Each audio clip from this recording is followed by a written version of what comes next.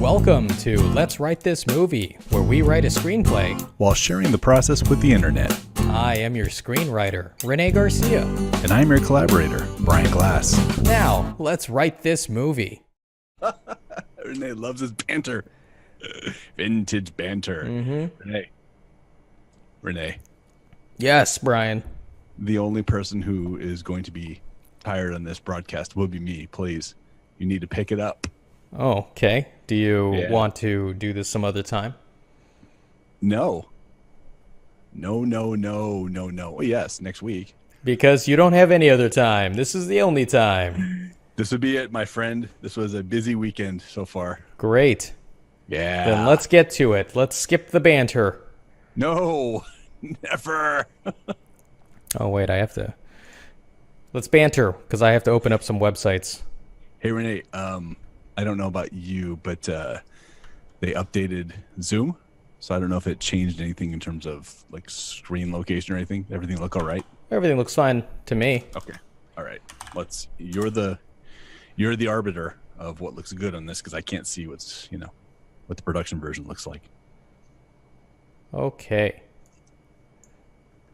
I need to do a quick check, and I guess I'm just going to have to do it live. We'll do it live! Whoa, what happened? So that is broken. And that Excellent. looks fine. Okay, well, why is this broken?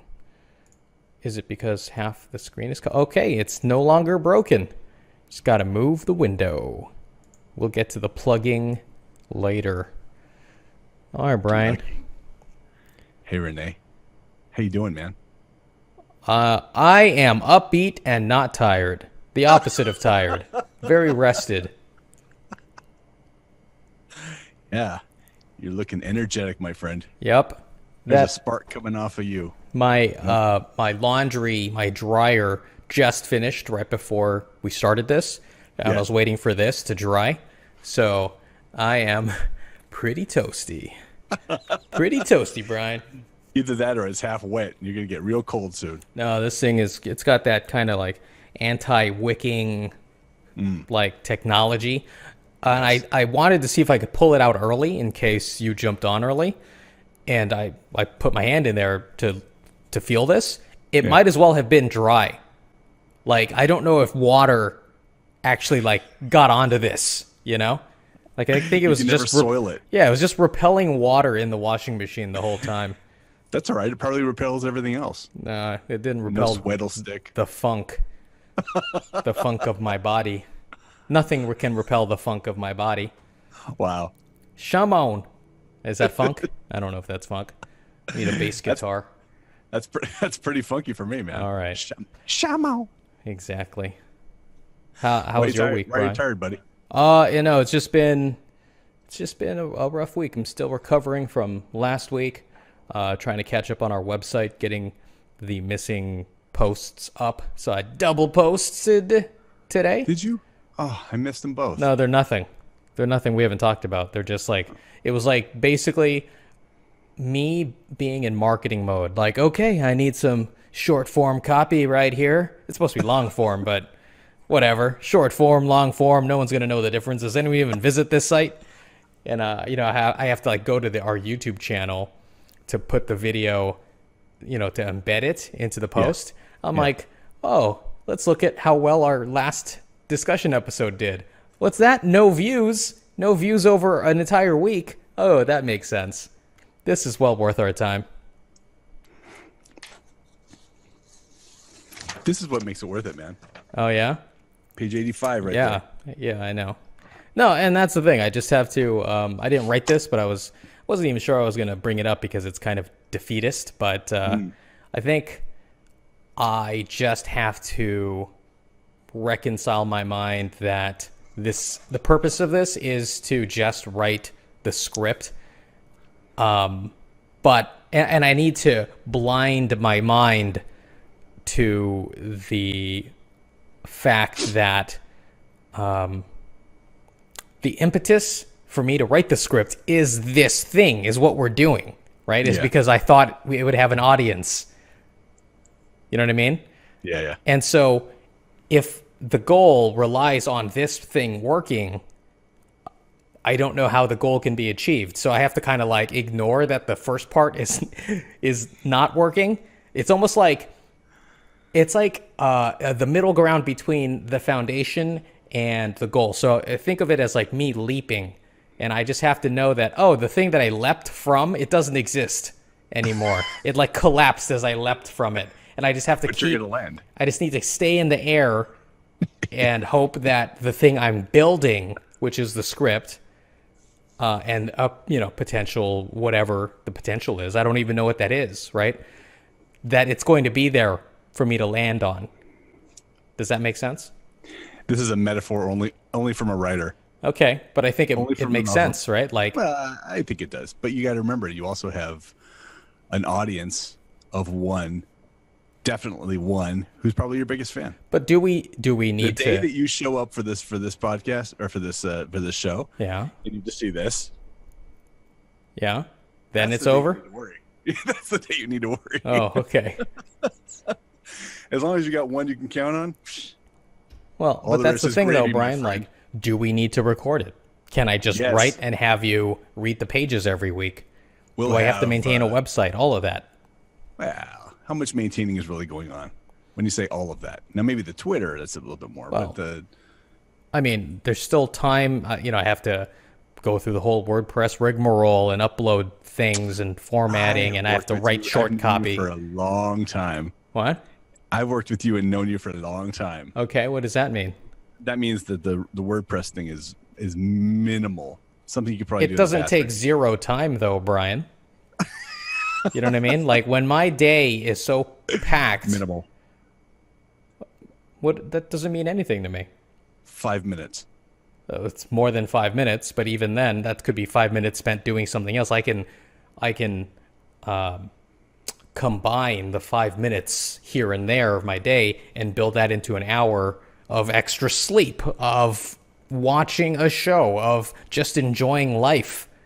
You sound like my wife, man. When you're starting to argue pro extra sleep, then I'm gonna question it.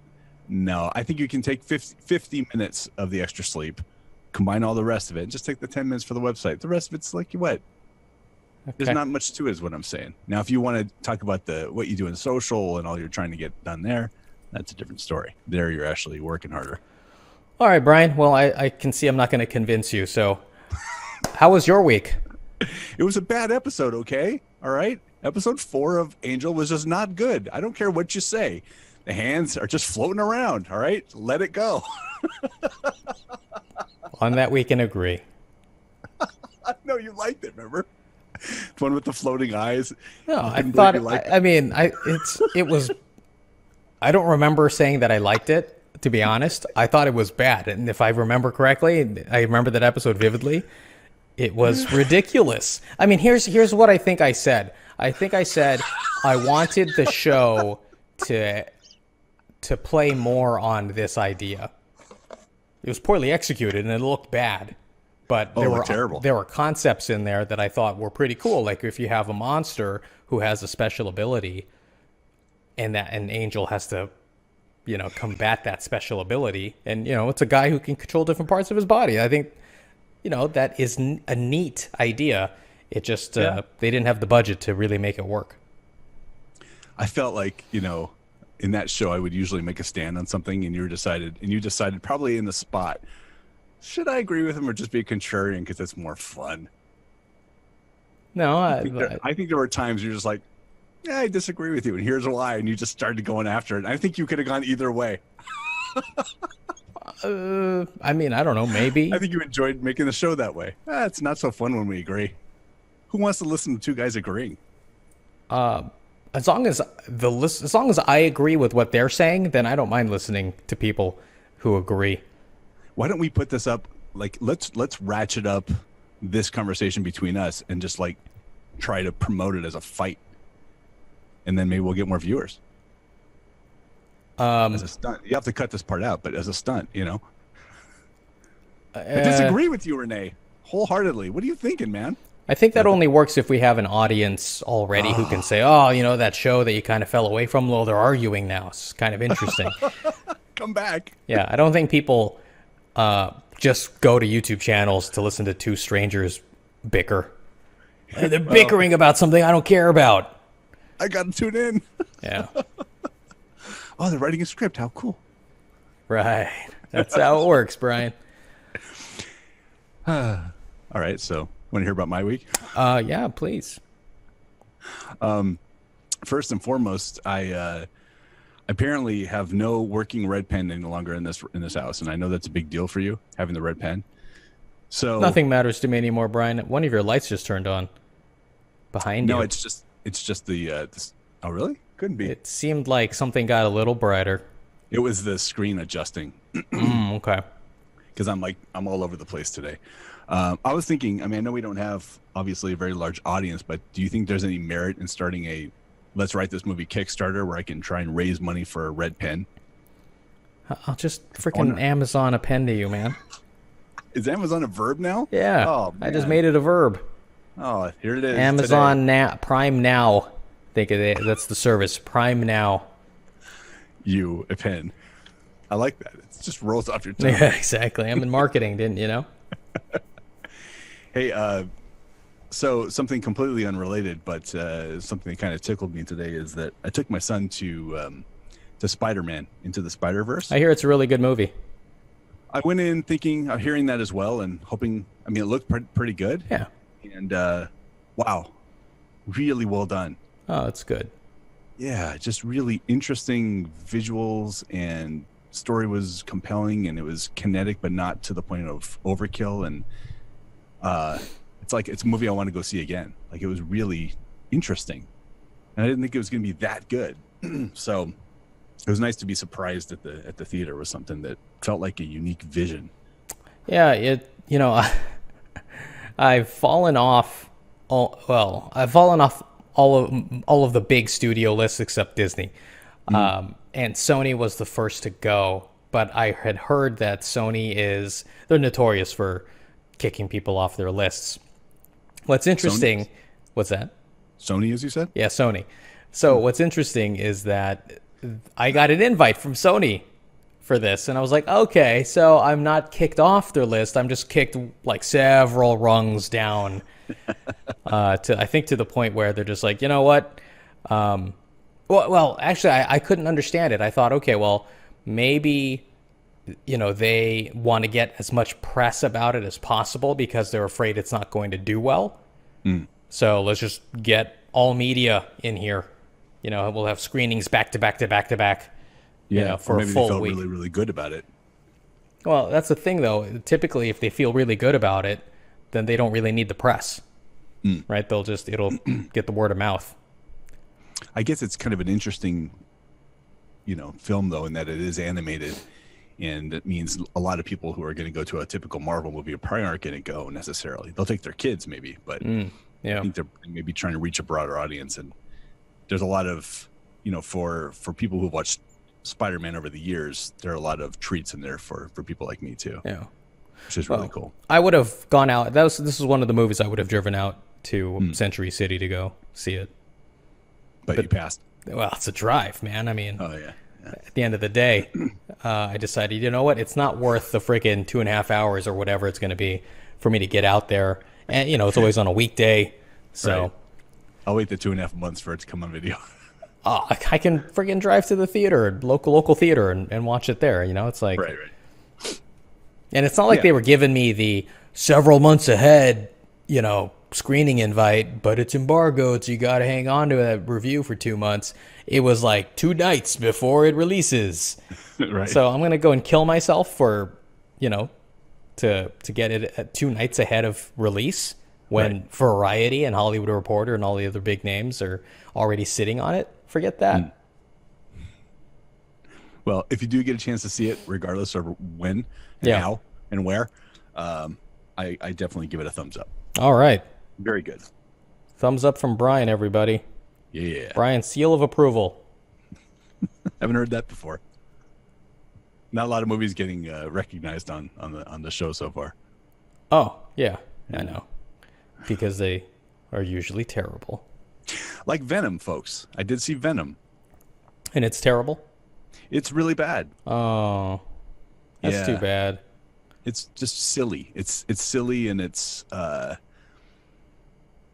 mean, what's interesting is that a movie that you recommended to me, Upgrade, beat them to the punch of the things that I did like in the movie. So if I'm going to watch a movie that's more interesting and unique, it'll be Upgrade. Yeah.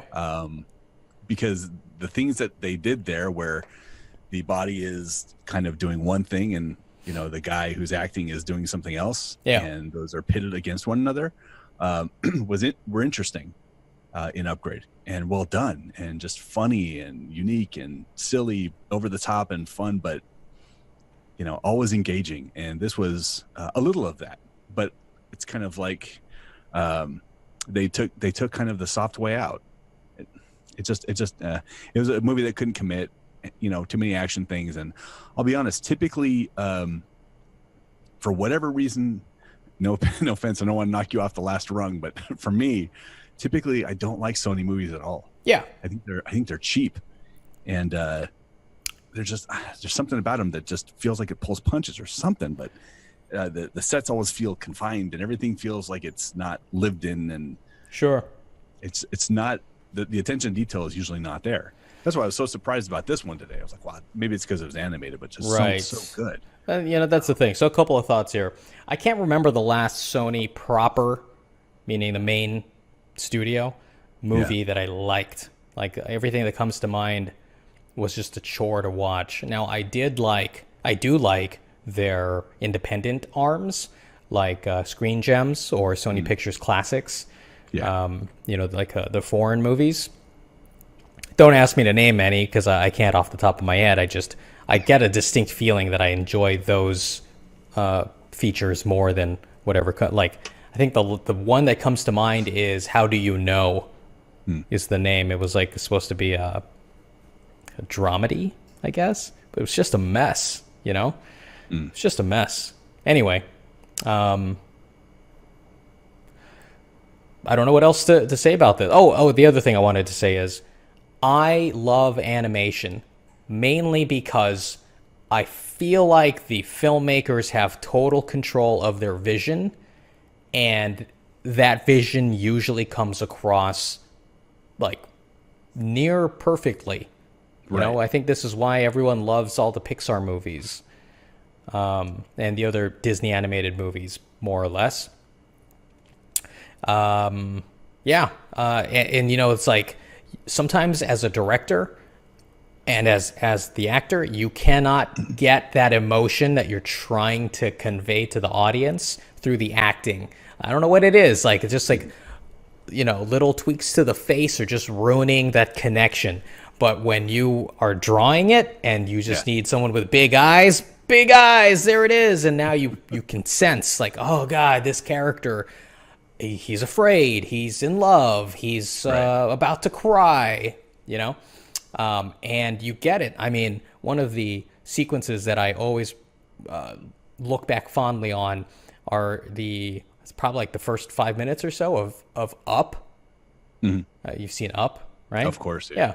And it's like that sequence will always make me tear up, because it's so, like, with the music. I mean, they don't even have any lines, right? They don't have any lines, but you just grok what's happening. You grok it, Brian. It's the first. Are we going to go into wordplay right now? Do you know what grok means? You grasp, isn't it? Like you, or you just kind of, I don't know. I don't know the exact definition. Okay. So apparently, and people can, what am I saying? I always say, oh, whoever's watching can correct me. It's like, I guess you'll be correcting me later, Brian, but even you don't watch it. So no one's going to correct me. So I can just say whatever I want. So grok, let me give you the 30-second backstory. So I wanted to apply, this is a long time ago, I wanted to apply to a video game developer called Riot. I think they're called Riot Games. They make a game called League of Legends. And as far as I understood, it was like, it's a great place to work. Now, I think they're going through some kind of like political issues, like internal political issues, like Me Too stuff. But that's beside the point. At the time, I wanted to apply there, and they had a position for like a writer or something, right? I was like, I can totally do this. They're in Santa Monica. And on their career page, I think somewhere, they had all of their like buzzword stuff like, this is what we're looking, this is what you need to bring to the table, blah blah blah. And one of the things was grokking a meme, and I was like, grok? What the hell is grok? So of course I had to look that up because I thought it was just like some made up terminology that the kids, the millennials who work there just like spat out, right? But apparently it's like a word that was created in science fiction in like the 70s or something, and it basically means to instantly understand something. So when you're looking at a meme and you immediately get the joke or what it's referencing or what it's analogous to, that is grokking something. And so that's very important when it comes to like marketing, because when you are displaying some kind of like story and, to a particular segment, you don't want them to question it and like, what's happening here? I don't understand how this is relevant to me. You want them to just grok it. So grok, Brian. Grok this. Exactly. Well, speaking of wordplay, I have a question for you from the script before we start our read through. Because I didn't proofread. I know. Oh yeah, it was a little rough. And I didn't have time to get it to you beforehand. Sorry. Oh. This is the roughest of your script, of your pages. But it's just a little. I love it. You're like, I know. I know. But this is a question bad. for you because it may just be my ignorance. Okay. On page 82, before I do a read through on this. 82. 82. I'm there. He motions to a spitter standing on a veranda towards the middle. Yeah. It. On a veranda. It cants. Cants. Like you're canting. It's off center. Okay. That's a word. I looked it up before I wrote it because I wasn't sure as well. Okay. You don't believe me? No, I believe you. I looked it up too, and I'm like, well, unless there's some esoteric version of this that I'm not aware of, it's, yeah. Did we look at different definitions? Is that what you're telling me? I looked up the wrong definition. Sometimes you have to go in deep for the definition you want. Dude, it was like number 2, verb transitive. Okay, that's fine. He cants. It cants its head. All right, man. Perfect. Well, then I'm prepared. My pre-notes are established. Great. I don't know, man. This banter helped a little bit, but I'm still in a kind of like let's burn it all to the ground kind of mode right now. René, every show needs the bottom, and this might be it. Every show needs the bottom. Sure, you can't have every show can't be the best show. This might be our worst show starting. Okay. It's exciting. What does that have to do with anything? How does that fix the problem? It's all uphill after this. You'd be like, I feel good about this again. You don't know that this is the bottom. This is just the bottom of what we've turned out so far. This could be like the bottom could be like way down here. This is the bottom so far. Okay. It's well, exciting. let's keep digging. Let's see how far we can go, Brian. Let's explore the bottom. I'm going to purchase some viewers. You purchase some viewers. Oh man. Yeah. We'll get kicked off YouTube. Perfect. Yeah. Exactly. You're obviously abusing these rules. You're up to 3 views. Yeah. What's happening here? Brian did it. We've reviewed your content and no one would ever watch this. Exactly. What is going on with this light adjustment? I see what you're talking about. It's not a light. It's just the camera refocusing. Okay. I think it's because I'm doing one of these Italian things again. Yeah, exactly. I'm talking with my hands and in a really bad. I'm going to write in an Italian character now, Brian, just for you, just so you can play that role. We need more accents. The role of Mr. Meatball will be played by Brian Glass. Mr. Meatball. I know, buddy. This episode's creeping up for me. There you go. All right, my phone just told me to breathe. Do you have an Apple Watch or something? Is that how it knew? It was a gift. It knew you weren't breathing? No, I guess it just tells you that once an hour. So it's looking out for me. It's my buddy. I was thinking when I write a modern zombie movie, it'll be awesome that like the zombie is wearing an Apple Watch, like it died wearing one, and then we'll have a shot of the Apple Watch telling it to breathe, or like it does the little heart rate thing and it's all flatlined. That's funny. Do a whole script for an entire movie just for the one joke. Exactly. Yes. Hell yeah. You know, I told you, Brian, to write around the big scenes. That's it right there. The big scene. You know, it's a shame you didn't like these pages, Brian, because I was feeling a little inspired in a couple of parts. Oh, I never said I didn't like the pages. Okay. I just said it tells me you didn't proofread.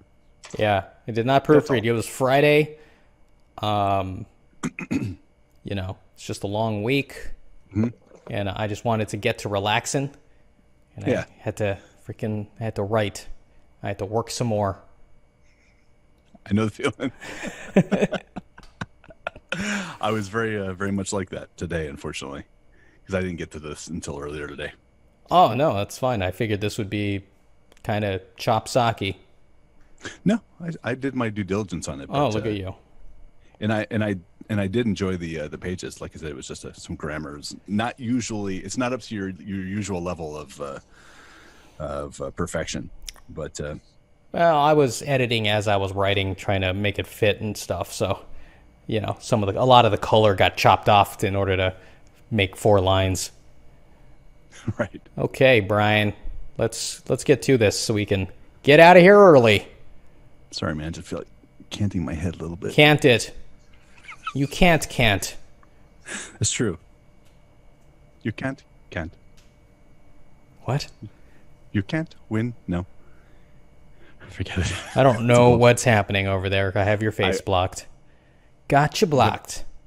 You got my face is blocked? Well, I have the script up, bro. Here, I'll go back. There you go. Here's your I'm face and my face. We got faces. Okay, we're going to go back to the script now, Brian. Fantastic. Was there a visual gag there that I missed out on? I was thinking of one, but I didn't have time. All right. It would have been hilarious. Mm-hmm. Where should we start this script? The very bottom of 78. Before Everett can answer. Okay. You're already doing Everett.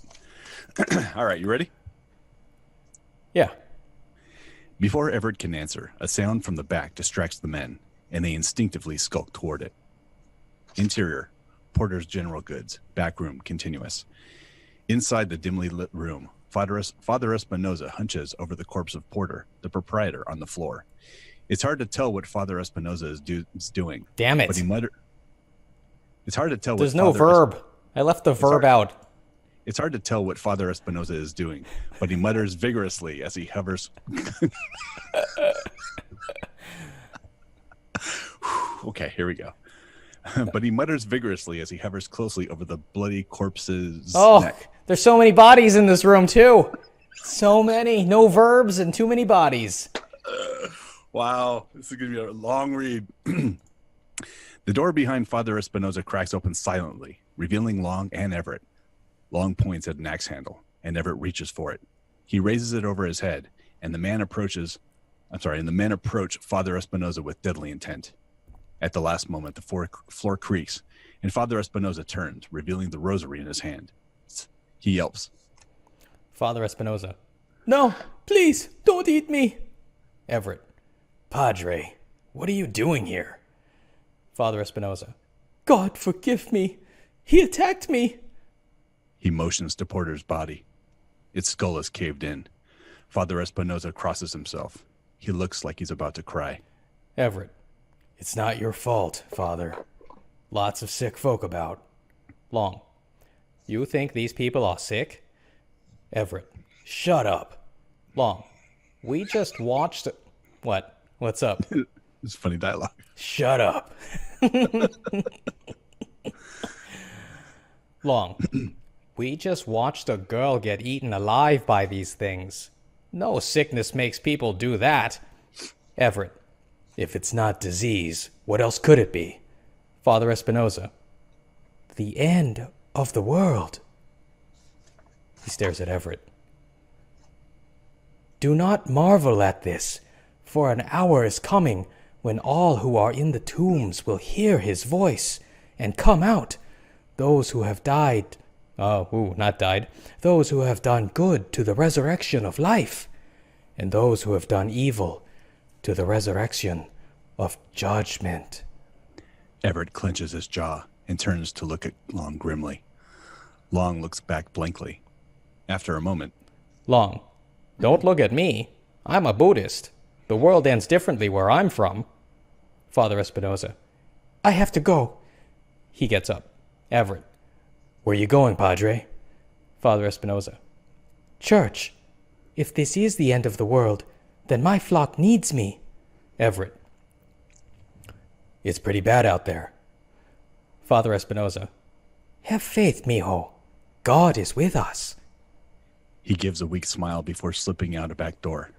Everett and Long watch him go before heading off themselves. Hang on, Brian. Yep. I worked in the Buddhist line, man. I got it in. See, this is why we need to have the banter, right? Because, like, it's, even though I'm not writing physically, I'm still writing. Like, I'm still packing it away in my brain, right? Yeah. And I thought it worked really well here. And I think, I know we should probably talk about this afterward. I just want to get it out because I'm so pleased with myself. You know, it's typical zombie movie staple, or a staple, to have people talk about, oh, it's the end of the world, it's Revelations, it's end times, right? And I thought, you know what? That only makes sense to Americans, to Christian America. What would a person from an Eastern country think hearing that? Like, no, this is nothing like end times. I actually did a little research, and granted, I only looked at one site, but apparently... Multiple sons? Huh? Multiple sons? Yeah! Look at this guy! Did you look it up too, Brian? You're damn right I did. All right. Absolutely. I'm like, that's a funny line. It's probably the funniest line on here. I better make sure it's right. Yeah, exactly. Right? Multiple sons. It's great. Yeah. Yeah. All right. Let's get back to the script. Here we are. Okay. Grand Hotel, Brian. Interior, Grand Hotel, Everett's room. Minutes later, Stan sits by the door uneasily, while Ray, Maggie, and Tommy huddle on the floor nearby. There's a voice behind the door. Everett. Stan, are you in there? Stan opens the door to reveal Long. Long makes a kiss sound with his lips before Everett pushes him inside. Stan, to Everett. What is he doing here? Long, did you miss me? Stan, with every bullet so far. Everett, to Long. Sit down, shut up. Long sits and shuts up. Everett, to Stan. He's my prisoner. He's my responsibility. Stan, you got that right. Everett, what's that supposed to mean? Stan, he's going to try and escape. When he does, I'm not helping chase him down. Not while this is going on. Everett, I wouldn't expect you to. He walks past Stan, hitting shoulders roughly. Maggie rises to meet him. She hugs him tightly. Everett, I'm sorry I wasn't here. Maggie, you're here now. Why is this happening? Everett lets Maggie go. Everett, I don't know. But we can make it through this. We just have to stay quiet and lay low till morning. Gunfire erupts outside, drawing everyone to the windows. Exterior, Grand Hotel, continuous. Some survivors make their way down the street, shooting at attackers as they move. A woman and child are with them. Interior, Grand Hotel, Everett's room, continuous. The group watches as a headbanger bursts through the door. Through door. He's caveman. I didn't catch that one. The group watches as a headbanger bursts through the door of a shop and into the street. It charges the survivors. Ray, to himself. Headbanger. Stan, why do you call it that? Ray, one of those tried to get in the room, just banging its head. The name just kind of stuck. The survivors outside fight a pitched battle. Everett, ain't the worst I've seen. Ran into some spitters on the way. Oh, I don't know why there's a period. I guess he's staccato talk. Ran into some spitters on the way here. Where else, you moron? Wow. Maggie, spitters? Everett. The ones spitting green. All right, Everett. The one spitting green bile like it was chaw. He motions to a spitter standing on a veranda. It cans its head like it's listening. Everett. I think they're blind. They listen and spit when they hear you. A survivor outside yells, and the spitter snaps his head in the survivor's direction and spits with deadly accuracy. My eyes! Stan. Stan. The worst ones are the yahoos. Those guys are annoying. Yahoo! Sexy. Stan. The worst ones are the yoo-hoos. Luring out randy boys like it was a bird call. A yoo-hoo emerges from the shadows, but the survivor... Excuse me. A yoo-hoo emerges from the shadows by the survivors outside. It yoo-hoos, which triggers other yoo-hoos in response. Moments later, yoo-hoos are coming down the street. They finish off the mother and child as Maggie looks away. Long. I know them. They're from 9 Lives. I hope they're not all like that. Stan erupts in anger. Stan. No one asked you! He shoves Long, who stumbles backward over a chair and crashes his elbow through a window. Everyone freezes, wide-eyed. For a moment, there's silence. But then a yoo-hoo, followed by more. Then roars. There's a commotion below. Ray. Headbangers! He runs to the door to brace it just in time as heavy blows begin raining down on it. Ray bounces off the door with each hit. Stan and Everett move to the armoire and shove it toward the door. Tommy runs to Maggie for comfort. Exterior, Grand Hotel, continuous. 3 yoo-hoos press against the wall beneath Everett's room. They claw at the wall, ripping their fingernails from their fingers. Soon the flesh rips off as well, revealing bone. Amazingly, the bone allows them to scale the wall. Interior, Grand Hotel, Everett's room, continuous. The armoire slides into place just as the door comes off its hinges.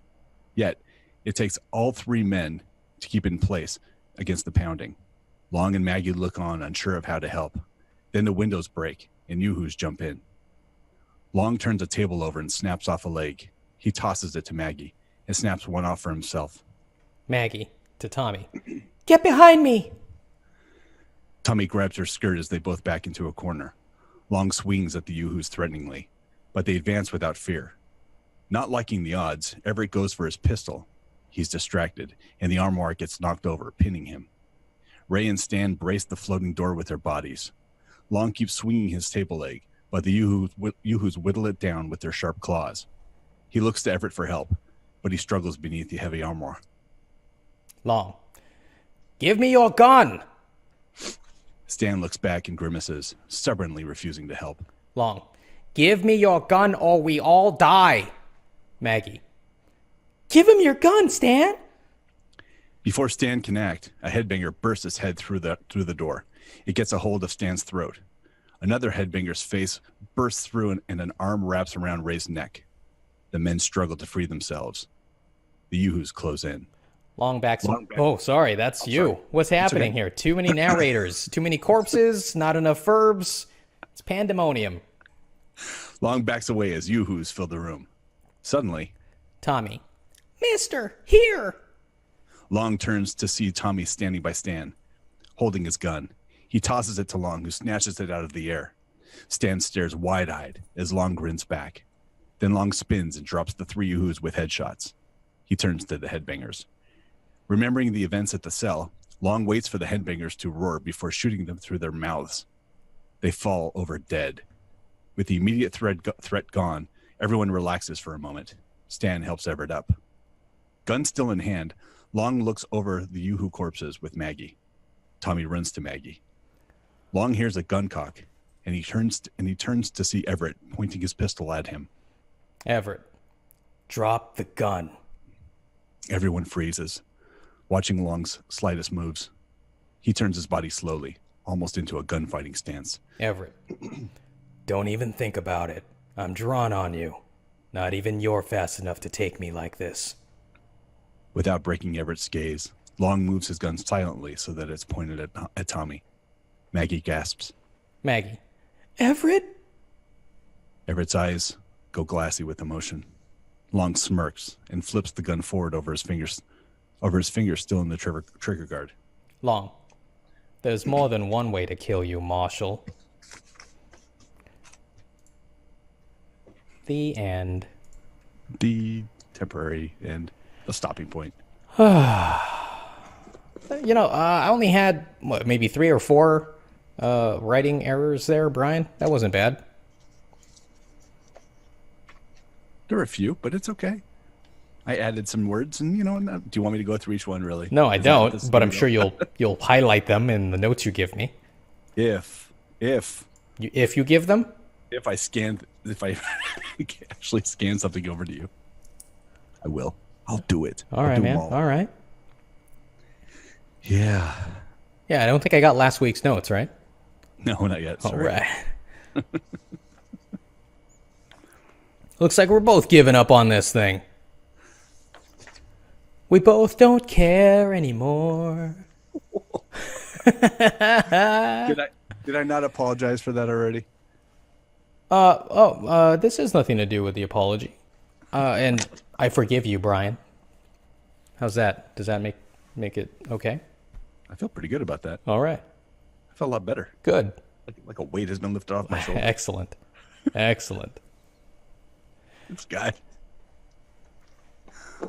Loaded. What's happening?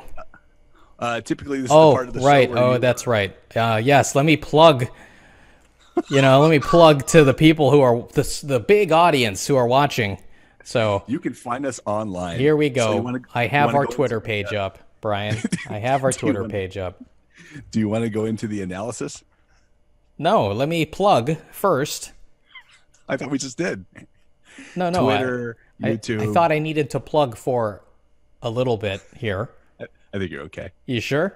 Yeah. Well, let me just plug really quickly then. Here's our Twitter page, everybody. This is what... No, this is not even our Twitter page. This is our actual website. This is what a website looks like, everybody, in case you've never seen one. And then here's our Twitter page. Hooray, Twitter. Got close to 1,200 followers. Guess how many of them watched our episode last week? Oh, I think I know. Hold on. I think I know. None. Less than 1, Brian. Less than 1. What does that mean? Like 0. Oh, okay. Yeah, like with one eye. They were watching with one eye. Well, I thought it'd be like, they watched half an episode. No. 0, Brian. 0. I'm going to watch it from multiple computers. Yeah, right? Multiple accounts. Violating YouTube's policy? Bingo. 2 views. Thanks, Brian. And thanks, Brian. Cool. Great. Let's go to the analysis. See if we can get this over and done with in less than an hour. Wow. René, I felt like you were in a mood when you wrote this section. I don't know if it was like a little bit more of a jovial mood or something, but there's a bit of a playfulness coming off of Long that I didn't see as much or so clearly before, and it was kind of interesting to see him like this. Yeah. I don't know if I was necessarily in the mood. I've always envisioned. I always wanted Long to be kind of not necessarily a shit talker, but someone who he's got a lot of weapons at his disposal, and one of them is his mouth.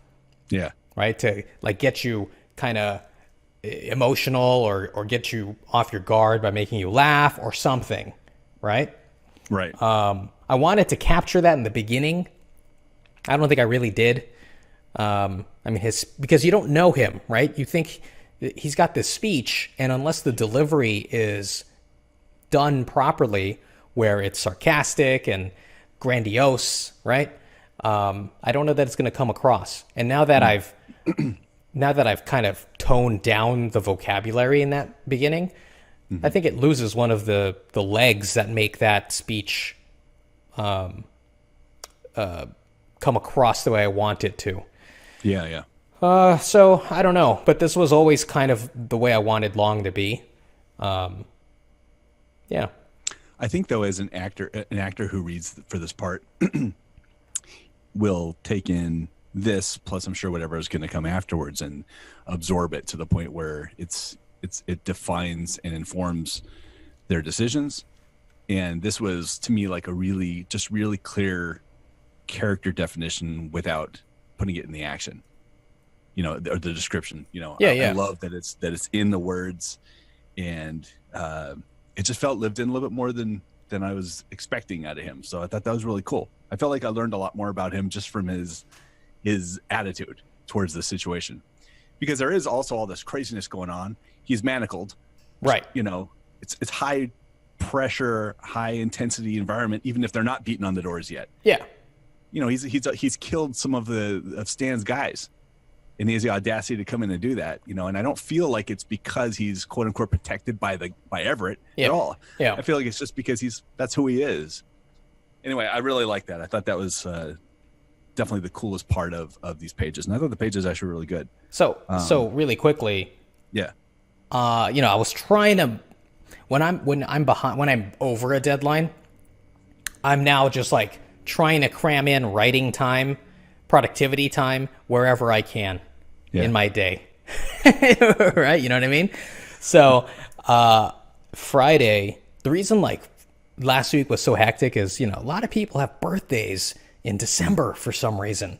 Losers. And I know so many people who have birthdays in December, and a lot of them are in last week, like on the 11th and the 12th. They're just like I think I have like 6 people in my life who have birthdays on those 2 days, right? Anyway, so I had to have dinner with one of them last week, and it was the Thursday before I started writing, which is why I was basically not able to write on Thursday night, because it was like an unexpected. I normally don't celebrate my friends' birthdays, but in this particular occasion, it was like, okay, yeah, let's go get dinner. And so, by the time dinner was done, I was exhausted, and the next morning I had to take my car in to get an oil change. So Friday morning, I bring my laptop, and I'm at the freaking dealership, and I'm writing pages at the dealership. And I'm like, oh, I'm not the kind of person who likes to write in public spaces, because I guess maybe I'm a little paranoid about my surroundings. Like, I want to be aware of things going on around me in case something happens, in case there's a, guy with a gun or whatever, right? Like, guy with hot coffee walking by me or something. I just want to be prepared for all contingencies. Right. And it's hard to split your brain between your surroundings. I like how bright it got again on your end. Anyway, it's hard to like split your brain that way, because like I like to be fully immersed in whatever I'm writing, especially if it's writing like this. But then, long story short, for this part, I said, screw it. If someone wants to stab me in the back of my head, let it be. So be it. I'm already late on these pages, so I'm just gonna write. And as I was writing this, it just, the whole Father Espinosa thing, it just kind of like really clicked for me very quickly. Yeah. And I felt like, oh, I totally know what Long's going to say here, right? And of course Everett's going to, react a certain way as well. Just I started to know these characters a little bit. Yeah, Father Espinosa is whatever. I mean, he's kind of like archetypal, but yeah, that's the thing. He fits the round hole. He's that peg. He's the perfect shaped peg for this hole. Yeah, I think though, me, I'm always going to come back to the interactions, the relationships between the characters, and what Espinosa does here, to kind of bring along Everett and Long together a little bit more, on this adventure, and then there's a cool reveal there that's like the little mislead. Which you can hear in your head. You can hear the dramatic music ramping up as it's happening. And he turns around with his rosary. It's like it's all there. Yeah, it was very visual. So I was digging it. I felt like you're in the zone this time, man. With a lot of the stuff, I have a few issues with it, but they're mostly like additive, I think, rather than questioning. All right, lay it on me. So first, I need to go back to something that I think it was our last episode. I need to bring something back up again that just kind of dawned on me. And I think it was last episode when we saw Jimmy and Sarah from the train. Was that last one? They do appear again, yes. Okay. I was just wondering, since they are going to play a part later, if there's something that can be done to kind of further inform what's happened with them or what's happening with them. And I'm a little lost. You've got a great idea of like exactly how this fits together from a time perspective, but I don't remember exactly when they left the train, when the attack started, et cetera, et cetera. But yeah. My question is there a way to have them have a conversation with them and someone else where, you know, they're somehow referencing that, yeah, we were on that train. The train was attacked. We're the only ones who survived. There were a bunch of guys who came on and, you know, when we pulled into, or we were at the station or wherever it was, again, I don't have a clear recall of that, but just somehow that puts them back on the train. And then maybe there's a, you know, further tragedy that happened on the train as a result of these, whether it's the spitters or the headbangers or the Yoo-hoos, probably not the Yoo-hoos, but maybe the spitters or something like that just did some damage and they were able to escape or something. Just to bring them back into the story a little bit more organically. I don't know if it's even possible, but I put it as a note here, and maybe something that we kind of talk about on the round 2 of the entire script. Because I don't know if you want to go back and spend a lot of time on it, but it was just the thought I had. So why do you need that? Because we rather have been so separated from those characters that we no longer remember them. Yeah, essentially. Exactly. That's the only reason, that it's been an hour essentially since they've been gone, and I want to make sure 45 minutes to an hour, and I want to make sure the audience recalls who they are. Well, I hear you. So there are a couple of places where I've inserted them, and maybe it'll, you know, when we do a full read through, or see the animatic or whatever, the storyboards, it'll be more, you'll have those visual reminders. So we see them on the train in the beginning. Mm-hmm. After Long gets captured, after the big gunfight, we see them come off the train with the other bodies. And that's where we see Father Espinosa. So there's no dialogue there, or there could be some. Like maybe he can say something to them, and they can say something back. Who knows? But that's an opportunity. And then later, after the hanging, they're being chased by Bud. Did they have any dialogue there, or was it just... just help! You see him. He's there's a crazed man following us, or whatever. First the train, and now this? Exactly. Wink, wink. Why does this keep happening to us? Why? All right. I really think it's going to be a second read-through type of situation. But I hear you. You're absolutely right. I don't want the audience to forget them. So if this is a concern, then please keep bringing it up. Yeah, I don't think it's huge, and I think we'll probably organically get to it anyway. Okay. Okay. I'm not going to mention this. I have a few super minor points I'm just going to leave on paper for you to see when I do scan it to you. I did laugh literally out loud at the Buddhist comment, because I'm like, it was very well executed. Yeah. Like I could just see him. Right. Look at me. Yeah. Like, what are you scowling at me exactly. for? What does this mean? I know you don't want to spend a lot of time on fleshing out Espinosa, but I was just thinking, since he is the priest and he's concerned about his flock, he's concerned about, you know, saving people essentially in the name of God. Yeah. And he's got somewhat of a higher calling, and he truly believes that, right? Because that's what he was praying over someone, and he's going to be with his people. I think that he would probably, after he talks about going to the church in the middle of 80, sorry, I'm in the middle of 80. Yeah.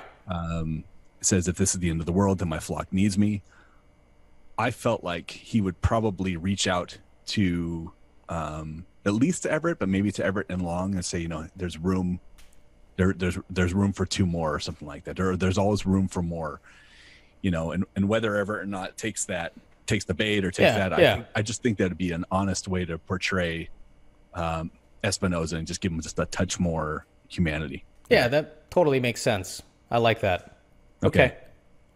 Um, And then all Long right, could so say, "Didn't you hear me? I'm a Buddhist." Buddhist. Long starts making kissy kisses at him. I don't understand this. Sorry, that's like later in the script. So with regards to Long, and we've kind of talked about this a little bit, this whole antagonizing that he's doing now to Stan. I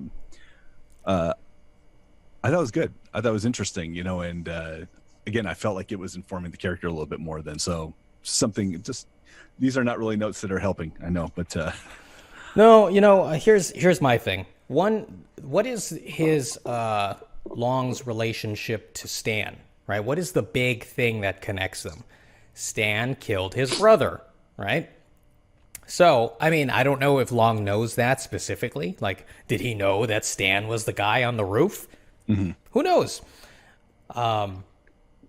So I wasn't didn't know sure, that. huh?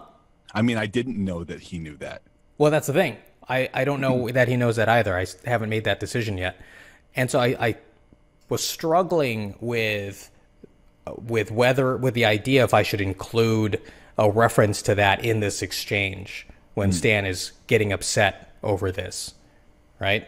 But then that would, I don't think I could then honestly write Long as kind of joking around with Stan, right? Like, I think he would just want to kill Stan at that point. Right. I agree with you. And it's interesting that you say that because I kind of took the other side of this. So when I was thinking about their interactions and what was informing this discussion, I took it as to Stan, Long as the guy who killed all his guys. And There's that too. That's why he's so upset. You know, Long has no idea what happened with Stan and Bao, at least in my understanding of it. So that's what I thought was driving Stan's anger. Yeah, absolutely. Yeah. No, you're absolutely right. I mean, Stan, he's always wanted to kill Long. Long's a killer. He just killed all of these townsfolk.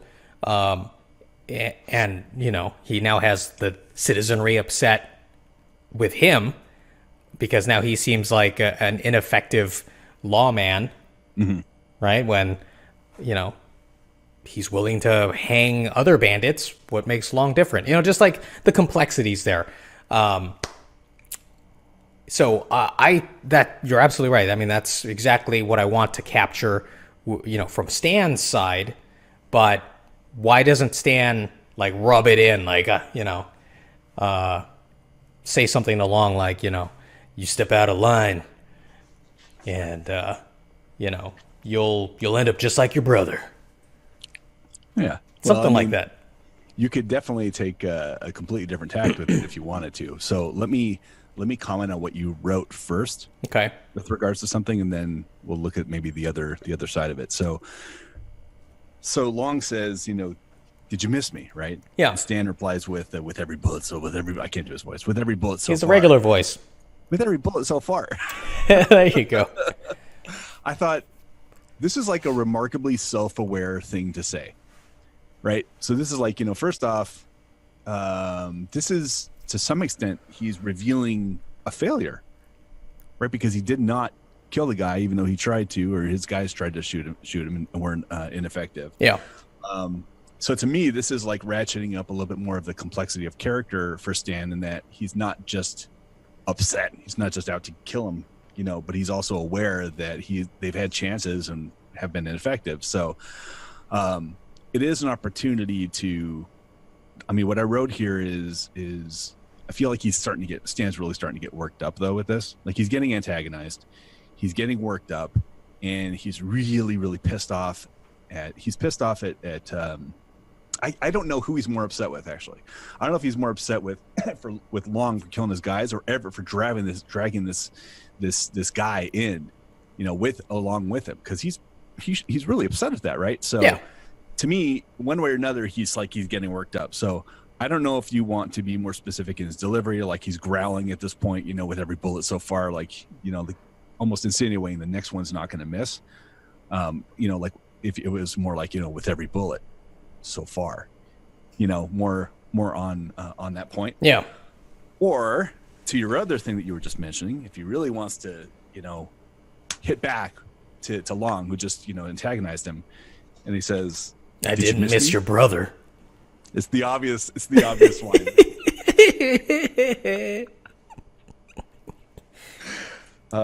I really need to leave that to you if you feel like that's something you want to explore, though, because.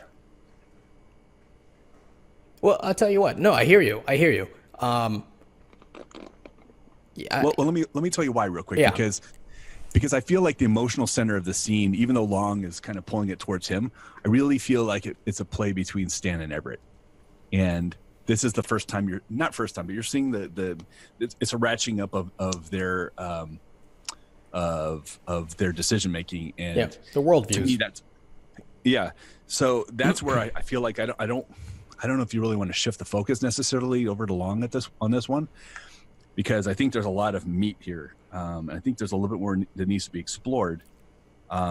So why don't I just talk about this for a second, then you go back to the bow and that aspect of it, because I really want to stay with Everett and Stan, because I felt like this is the insinuating factor that he's bringing this guy in is really upsetting him, but I felt like there's something missing, like between the point where Everett tells Long to sit down and shut up, and Everett goes into this, he's my prisoner, he's my responsibility. I think all that's great. I think that's cool, but I feel like there's something more that needs to be said between Stan and Everett.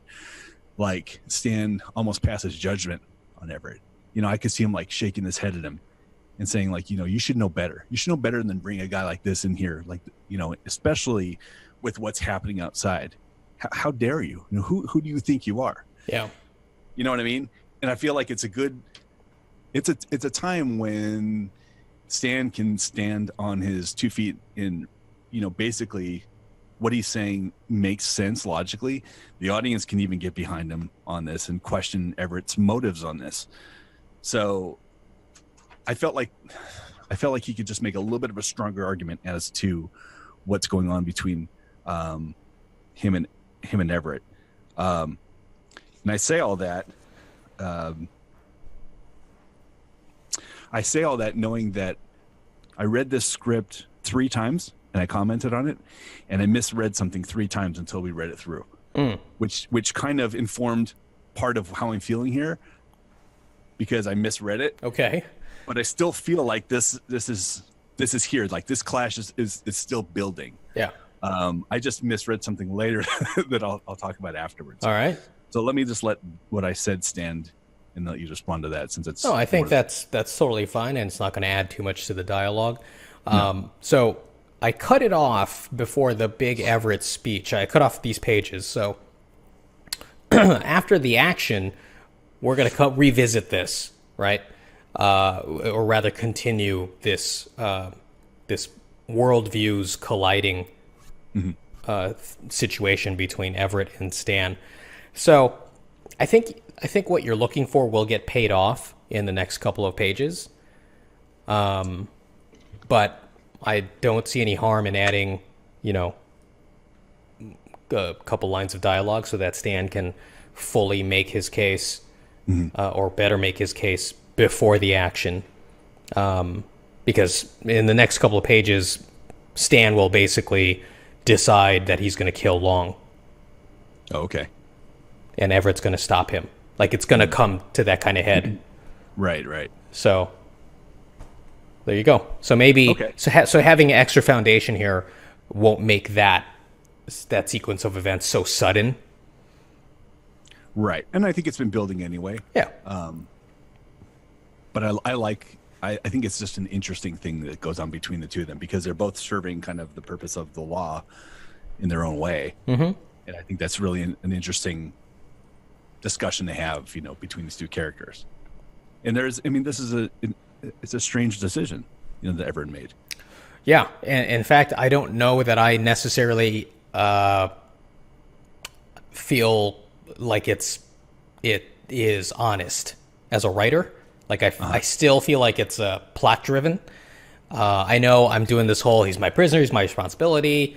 And maybe it will make sense when we know that, what the backstory is between them, like why he is so driven to bring Long to justice. But if that's the case, and the justice in his eyes is that he's going to be executed anyway, why not just execute him? Why not just leave him in the jail? All of that, right? Like, I need to, there's going to have to be a lot of foundation building for Everett that he was a shattered man and after the loss of his family, and that it was only the law and being a strict adherent to it, that he became fanatical about the law that kept his world together, right? Like, I need to be able to convey all of that to the audience so that they understand, okay, we get why he would do this thing that is like kind of illogical for a regular person in a survival situation.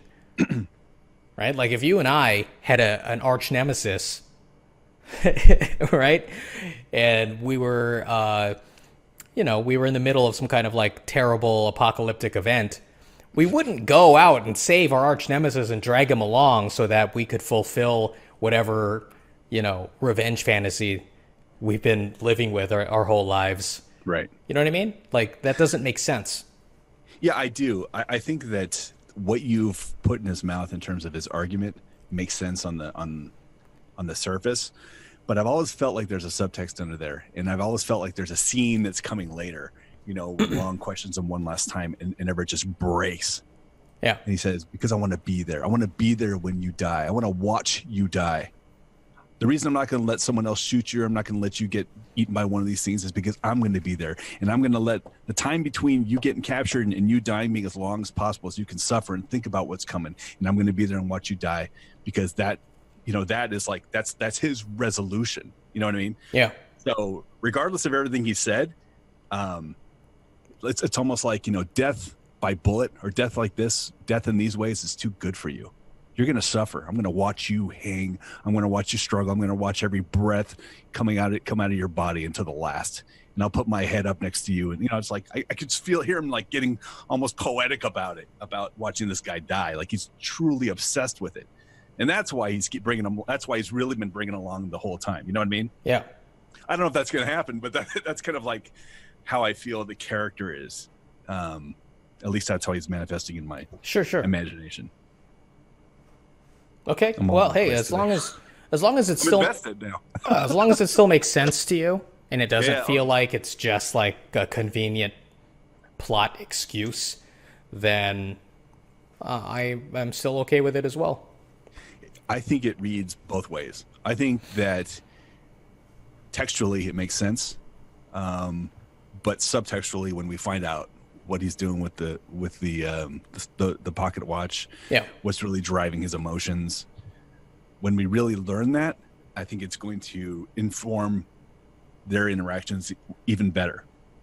You know what I mean? But I think it plays well enough to anyone who's watching or listening, in the moment, just fine. I think it's actually made some really interesting points, you know what I mean, about the law. And someone who is just driven like that and is all about the law above everything else, I think is a believable character as well. Maybe not as interesting, but then he gets more interesting. Yeah. Well, and that's the thing. I don't think we've seen a character like this that was developed very well in movies in recent memory, right? Yeah. Like, when I think of like a character like Batman, right? Like, he's this incorruptible guy, right? Who's fighting crime. And what makes Batman interesting, other than like the gadgets and the the costume and all of that, is that his code is continually tested by the world around him. At least that's one of the things I find interesting. So I'm hoping to capture the same kind of interest here with, at least partially, with this Everett character. Yeah. I think he's a pretty fascinating character. I think you can tell I'm pretty well invested, in where he's going in his arc. Yeah. So, I think it's fine. I think it's great, and I think that this interaction with Stan, just pushes it a little bit further. So yeah, Brian, do you mind if I refill my mug of coffee here? You mind tap dancing for a little bit? You didn't expect to be on this so long, did you? No, we're 10 minutes over my what I was expecting. So I'll be right back. All right. In the meantime, if you'd like to visit us on Twitter, we have a Twitter account. I don't know what it is because Renee manages that. We also have a website, which you know about, letswritethismovie.com. It's a website you can't see right now, but if you close your eyes and imagine it, it's very, very pretty. Obviously, we love comments on YouTube. Do any of you know what a comment is? Is anyone listening? Is this thing on? Please, somebody respond. All right, this was a little treat for Renee for later, so I'll leave it at that. And here he Art is. and commerce together. Art and commerce. Those were the days, Brian, when I still enjoyed doing this. Still had a little bit of fun.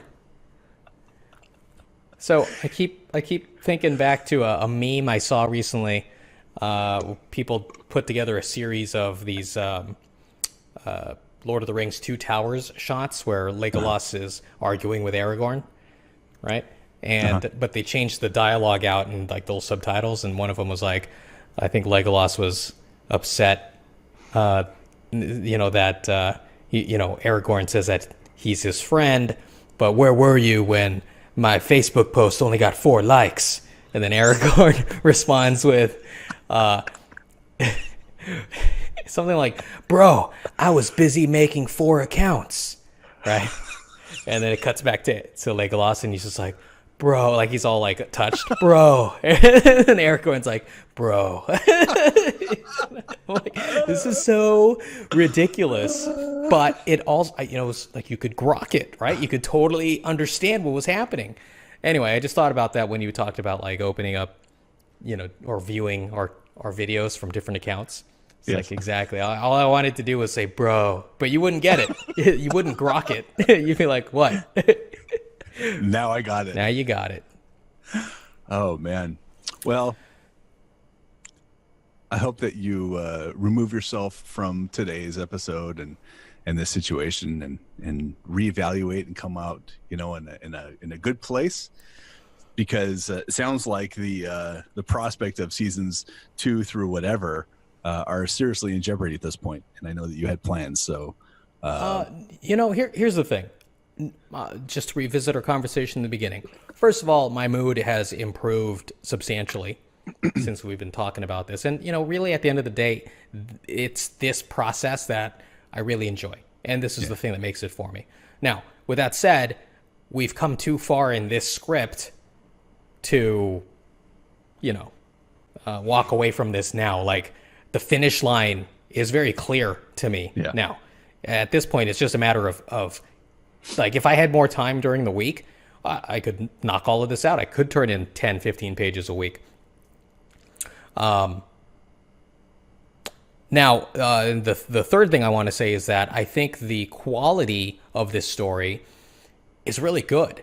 And I think I can't wait to pitch it to execs, and I can't wait to enter it into screenplay competitions, because I think this is going to be a real treat for whoever gets to read it. And I think it could win. I mean, screenplay competitions, by and large, they do feel like playing the lottery. Right. But I want to believe it's more like playing World Series poker, right? Like, there's still a lot of chance there with the cards. Fine. I know this is not a one-to-one comparison, but there's a reason why you still see the same people at the final tables, right? Because the quality of their play, or in this place, the quality of my screenplay, will rise to the top. Hopefully. They'll be up there with Zombie EMT. Go toe-to-toe. He's got a zombie movie. I got a zombie movie. I'm just going to write Zombie EMT Part 2, Yes, exactly. How dare you? Yeah, well, what are you going to do? It'll just be like, I don't even know. Forget it. Do you remember the animated cartoon on TV? Animated cartoon. No, I've never seen an animated cartoon. I've only seen... Let it go, dude. Okay.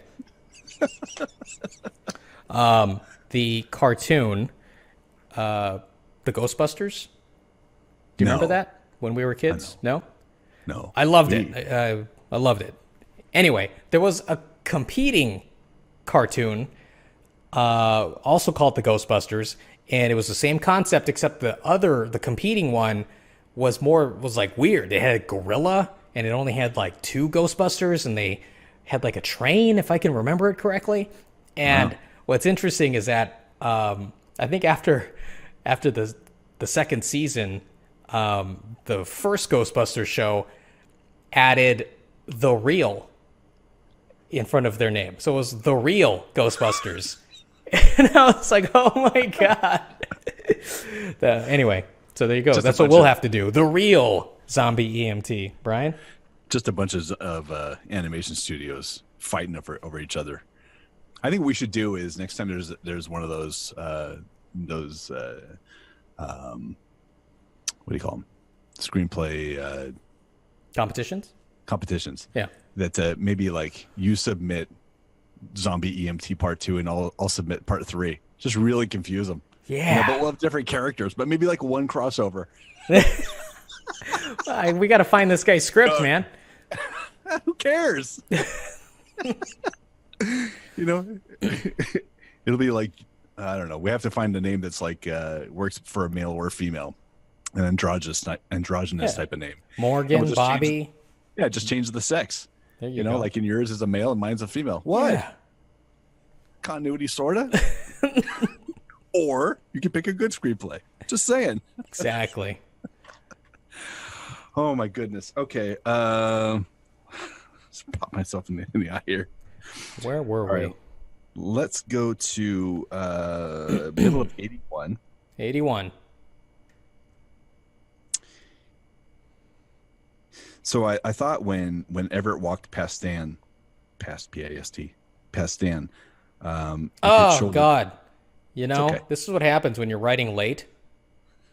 Writing late, Brian. Writing it during oil changes. And oil changes. I only got so far with the oil change part, so this is at home after work. So he hits the shoulders of Stan. Yeah. I thought Stan would respond or react in some way. Whether looking at him questioningly or suspiciously or saying something, but I don't think you would just leave that without something else there. It felt like something was missing, even if it's subdued. I know I understand what you're saying about the scene that's to follow. Yeah, he could give him a quizzitive look. I don't know, but I mean, I can say that Stan looks back at him hard. Because I have this exact same interaction in a previous script, in another script. Is that what the response was? And that's what the response is. Like, they hit each other's shoulders in the garage, and the other person just like looks back at him, like all hard. I did that today. Well, I looked at someone hard. Exactly. In the movie theater.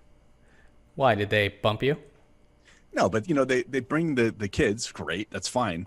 And the kids are sitting there in the quietest possible part of the movie, going like this with their wrappers, trying to open their candy. Ugh. And I'm just like, and they're like, this is a kid's movie, relax. Oh, that's what they said to you? And I said, help them open their package. So wait a second, are they sitting to your side or behind you? Where's directly behind me? Oh, and then so you had to turn around. Wow. I turned around. You gave him one of those. This is a kid's movie, relax. And it was just one of those. Help them open their package. Yeah. Just help them. It's a kid's movie. This is go. my fist. I'm not angry. No, you know what? Let's talk about this, Brian, because I don't think we've ever talked about this. So, movie etiquette. Exactly. This is one of the reasons why it's hard for me to go watch a movie with crowds, really. Yeah. I got to the point where I decided, okay, I'm going to only watch movies that are about to leave the theater and only on Sunday mornings, first showing. That's what I ended up doing for a while. And I even blogged about it saying, movie theaters or movies on Sunday are my church or something like that. I think is the blog post title. Yeah. Because I cannot stand the lack of respect. It's not really not respect, but more like thoughtfulness. consideration. That's the word. Yeah. That people have for each other now. You know, it's like they're just so self-absorbed that the world revolves around them. Let me be on my cell phone. Let me just have this full-on conversation with this person next to me. Right. You know, like I remember, I don't know which movie it was, but I sat way in the back of this empty theater, and this dude sits to my right. I mean, granted, he was a couple of seats away, but within earshot that I could hear him discuss his visitation rights with his lawyer or whatever on his cell phone while I'm trying to watch this movie. Oh, that's great. I almost wanted to lean over and say, no, you gotta ask for more time with your kids. Yeah, go get him, man. Go get him full custody, bro. Yeah, screw that bitch. So last Sunday, my parents were here and they watched our son. So my wife and I had a rare night out. Date night. Date night. So we went to go watch The Girl in the Spider's Web. Oh, is it terrible? I hear it's terrible. It's serviceable. It's not near the quality of the other film. Yeah. But then again, it is a Sony film. Oh, exactly. Right? They just ruin everything. Continue. Stick to the products, guys. And by the way, the products get some prime real estate. You know, This isn't like, secret product placement. No. It's the Sony camera that's taking the shot of Elizabeth Sound. Right. Of course. Like, all right. I got it. Yeah. I get it. You make cams. People still buy those, apparently. Oh, that's... Anyway. I forgot they did the female Ghostbusters, too. That's why they're recording with camcorders in the beginning. Instead of phones. Like a normal human being would. Continue. This is how people videotape things. So we get to the theater, right? Now this movie is nearing its end in the theaters, right? It's Sunday night. It's 10 o'clock or something. We're going to the late showing, or maybe it's 9 something. And we sit down, and my wife doesn't like to sit too close to the front. So we sit in the middle. Yeah. And we're like one row back. It's a pretty small theater. It looks like it holds 60, 70 people. It's small. Tiny, yeah. Right. Yeah. This has been relegated to the, last screen on the 25. Yeah. No exaggeration. We get in there, movie starting in 5 minutes, and we are the only 2 people. Okay. No problem with that. Yeah, right? I love that. 2 people come in. To me, it's almost comical. And they sit down directly in front of us. Yeah. In the row right in front of us, right in front of our seats. We just kind of look at each other. Do we have a Sony camera on us or something? Is this real? Exactly. Is this really happening? Yeah, are we getting punked? It was comical. And you could tell that these were people who, every Sunday night we go out. These are our seats. I don't care who's here, where they're sitting, or if we're alone. We're sitting in our seats, and they could care less. So we moved. But I mean, I have never seen that before in an empty theater. Just 2 people sitting directly in front. Yeah. Usually people are, doing what people do, sitting with a little bit of distance. Right. Anyway, but typically I'll tell you, in response to theater manners and etiquette, I have a tendency to arrive during the trailers, because most people have by then, and they've situated, and I'll pick the spot that's kind of like with the least amount of people around it. Yeah. Otherwise, I'm very well known to, if people get too close to me, to move. I move all the time in a theater. Yeah. Just because I don't like people, especially not in a theater. I have no interest in that. Exactly. They break the immersion. You're trying to like really get into it. Yeah. Yeah. The worst is when you go to a opening night of Star Wars or something, and you want to be there with the crowd. Right. And somehow, I mean, like I've gone down to the Chinese, and that's a grand theater, and probably my favorite to see a premiere in, because there's so much energy and it's so fun. Yeah. And so the architecture is gorgeous. The picture is amazing. The sound is like phenomenal. And I always end up sitting next to the guy going, "So what's happening right now? Oh, this is the guy who is in the whatever." Right. And they start explaining it to each other. Yeah. Like, dude, do your research or shut up. Right. And you can't move because it's like, you're packed. No, totally. Have you ever been the person to explain the movie to a complete stranger? I would never do that. If someone asked me a question? Yeah. Like, no, don't talk to me. Like, I don't even want my wife to talk to me during a movie. Like, I was watching True Lies in the theater, So this was a long time ago. Explained in that movie. And a lady to my right had to go and use the restroom during a pivotal moment, right? Right. During the moment when Jamie Lee Curtis was going to do her sexy dance. The best part. Right, exactly. So, Yeah. So she was on this mission, and she was wearing this, like, you know, really, like, dumpy dress, and her hair was all, you know, house mommy. And so then this lady comes back from the restroom, she just leans over, and she's like, what happened to her dress? So I have to, like, explain to her, oh, she ripped off the sleeves to look sexier, and that's why her hair looks like, you know. Anyway, it's just weird. I was like, wow, I've never had a stranger ask me anything before in a theater. Wow, and they were there alone, apparently. And they were there alone. Yeah, yeah. Wow. Well, at least we know why they were there alone. Yeah. Probably took too much asking questions in theaters. I'm not going with you. Stop peeing in the middle of the movie. Bingo. Jeez. I hold it in. I hold it in. Yeah, look, develop an iron constitution like me. I'll be right back. Exactly. Sorry, man. I know we've gone on. All right, one last thing. This is why I wanted to have this conversation. So, okay. I have a movie idea, and I don't think I can write it now because I don't think we live in, you know, the kind of political climate that would allow this kind of movie. It's in the vein of Falling Down, but more movie-centric. Or rather, the movie theater experience is the through line for this kind of Falling Down-esque film. You remember Falling Down, right, Brian? Michael Douglas? Great movie. All right, so man against society, basically, right?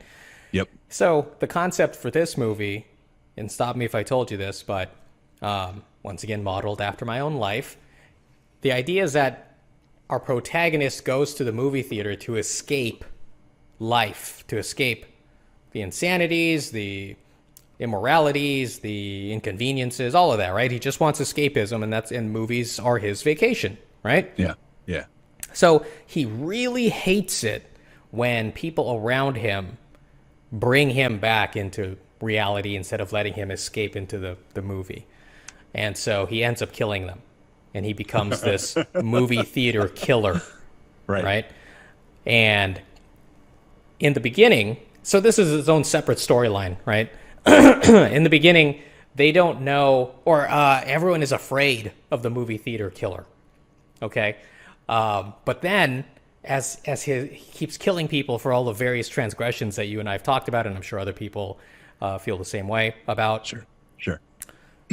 He starts getting kind of like a following. Like, people start supporting him, right? Like, you know, they start thinking, well, you know what? People are behaving a little better in the theater. Like, I'm pro movie theater killer, you know, like people get interviewed or whatever. And then it gets to the point where he's now in the movie theater and he's watching, and it's like everyone is just on their best behavior. They're all just watching intently because they don't want to get killed, right? And then a cell phone rings, right? And it's just a couple of teenage girls, and they're freaking out, right? Because it's in someone's purse, like, oh God, hurry, turn it off, we're gonna die. And our hero, you know, he just looks over, shakes his head, and he's about to get up to go kill them. Yeah. And someone else, a couple of rows ahead, gets up to kill them. And now we have copycat movie theater killers. And so it starts spreading, right? And our hero he just grins. He's like, yes, this is how it should be. And it gets to the point where, you know, the law enforcement, they start like putting in decoys to try to catch this guy. So now you have like people who are purposefully being annoying, like coughing really loud, you know, trying to draw him out.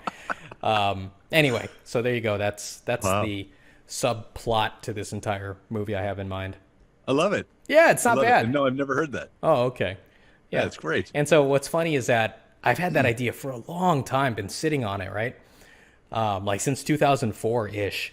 Yeah. And so every time there's some kind of like killing in a movie theater, like there's some kind of like news story about, yeah, like, you know, like in the last decade, I read a story about a guy getting stabbed in the neck with a meat thermometer because he wouldn't like shut up in the movie, like during the movie. And so some guy who, I guess he was like a butcher, he just came off from work, just got sick of it, just like, shut up, right? And so So people would forward me these stories. Because they knew the story I wanted to write, and they were like, "It's already happening! Oh my god!" I'm like, "See, people want this. People want this to happen." Two responses to that. Yeah.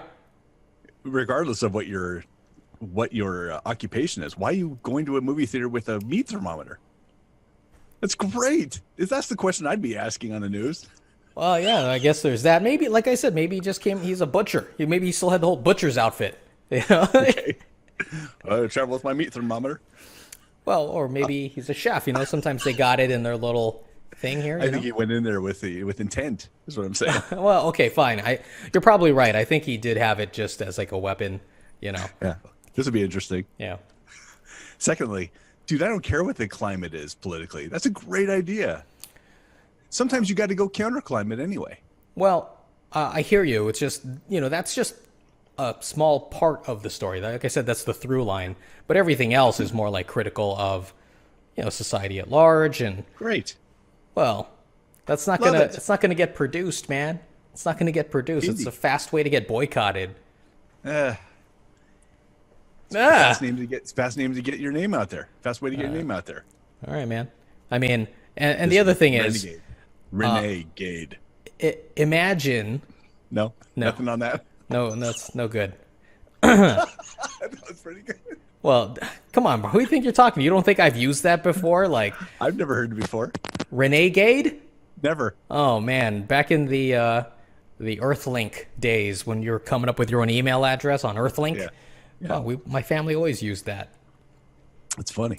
Anyway, the other problem is, Brian, that there are current movie theater shooters. So you can't have a movie that glorifies movie theater shooters and have it be a palatable, successful film. Cottage industry. They're the ones who are going to support your movie. Dude, can you imagine the five psychos out there who are like, yes, finally, someone is telling my story. Dude, hold on a second. Listen, if Human Centipede 1, 2, and whatever can be made, I'm just saying, there's an audience. But no one is actually doing it, Brian. But you're talking about actually, listen, the goal is not to talk about how to kill, in a movie theater. It's a reaction to society. You're talking about different things. That's just an aspect of your movie. So yeah, okay, but there are bombings all the time, and there are bombings in movies, and these things happen. And maybe it's a little more personal because it's happening at a theater 1-to-1, and those always feel more intense than bombing, these movies and Marvel, whatever, where their whole entire buildings are getting uprooted or neighborhoods are getting destroyed, right? Okay, and thousands of people are dying. I'm just saying, it's like I wouldn't let it stop you. Is all I'm saying. It's an interesting idea. I hear you, but of course, it's the problem though, man. It may be as like a personal project that you and I can share, and like, yeah, that's a great story. Fine, and if I was 10 years younger, 20 years younger, with just time on my hands, maybe I would write this, and it would be like, something we laugh about. But, it's, now that time is short for me. Oh, there it is. Time just ran out. Exactly. It's, I got to focus on things that can be successful, that have that potential. I mean, it's like, what if I had a story that was like pro-terrorism, pro-Middle Eastern terrorism in the U.S., the sympathetic bomber? Come on, that's not going to work.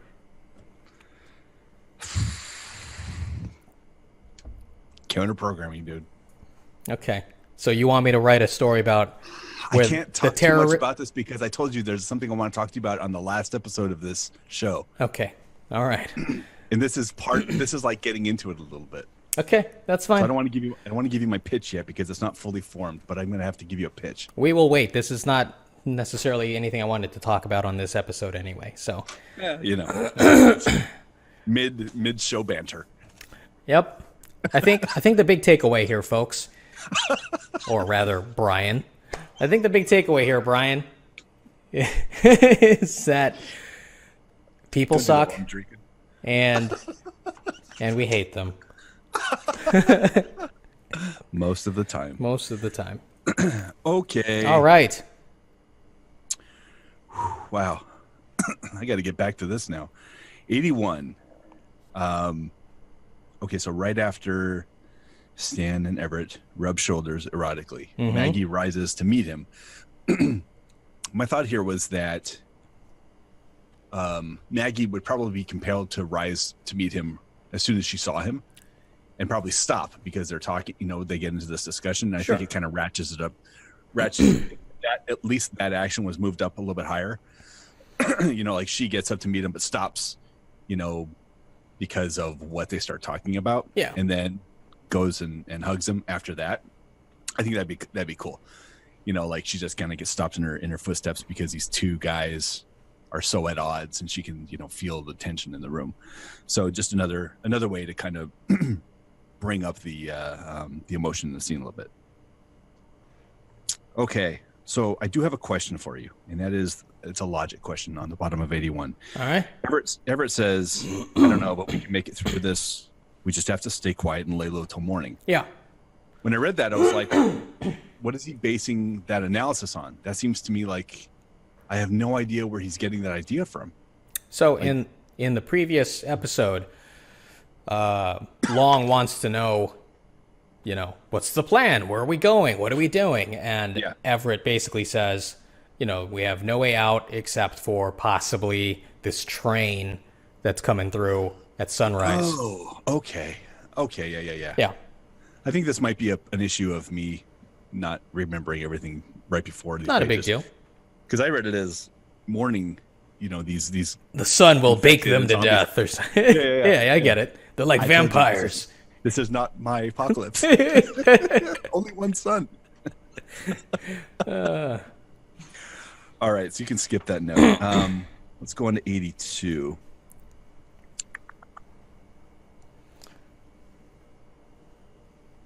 Okay, so this is just a little one. I'll bring it up because it's just a question I had. Can'ts is in the dictionary, Brian. Verb transitive. Continue. I guess I gotta just point out something to our viewing audience of one, and that is that I threw away past versus past to you. I just threw it away. Like there's an issue with this. That you used the wrong one. And just let it go real quick. Just hey, real quick, past. Right? And now I'm hearing about can'ts for like the 12th time. Just saying, the way we deal with things is a little different. So towards the top of 82, yes, Ray says he's talking about the headbanger and how he named it basically, and he says that the name just kind of stuck. Yeah. when I read stuck, I heard it as like stuck to me is something that other people are using, so it just kind of it's just kind of hit the vernacular now. But to me, it was more like the name just kind of fits, or maybe not even use it at all. Like I kind of got it without saying that. I know what you mean, like it just kind of stuck in his head. Yeah. Like Ray has named him that, and that's what he's going with. But I thought it kind of evoked that other people have been talking about it like that, and I'm guessing they hadn't. I can have him say, the name just made sense.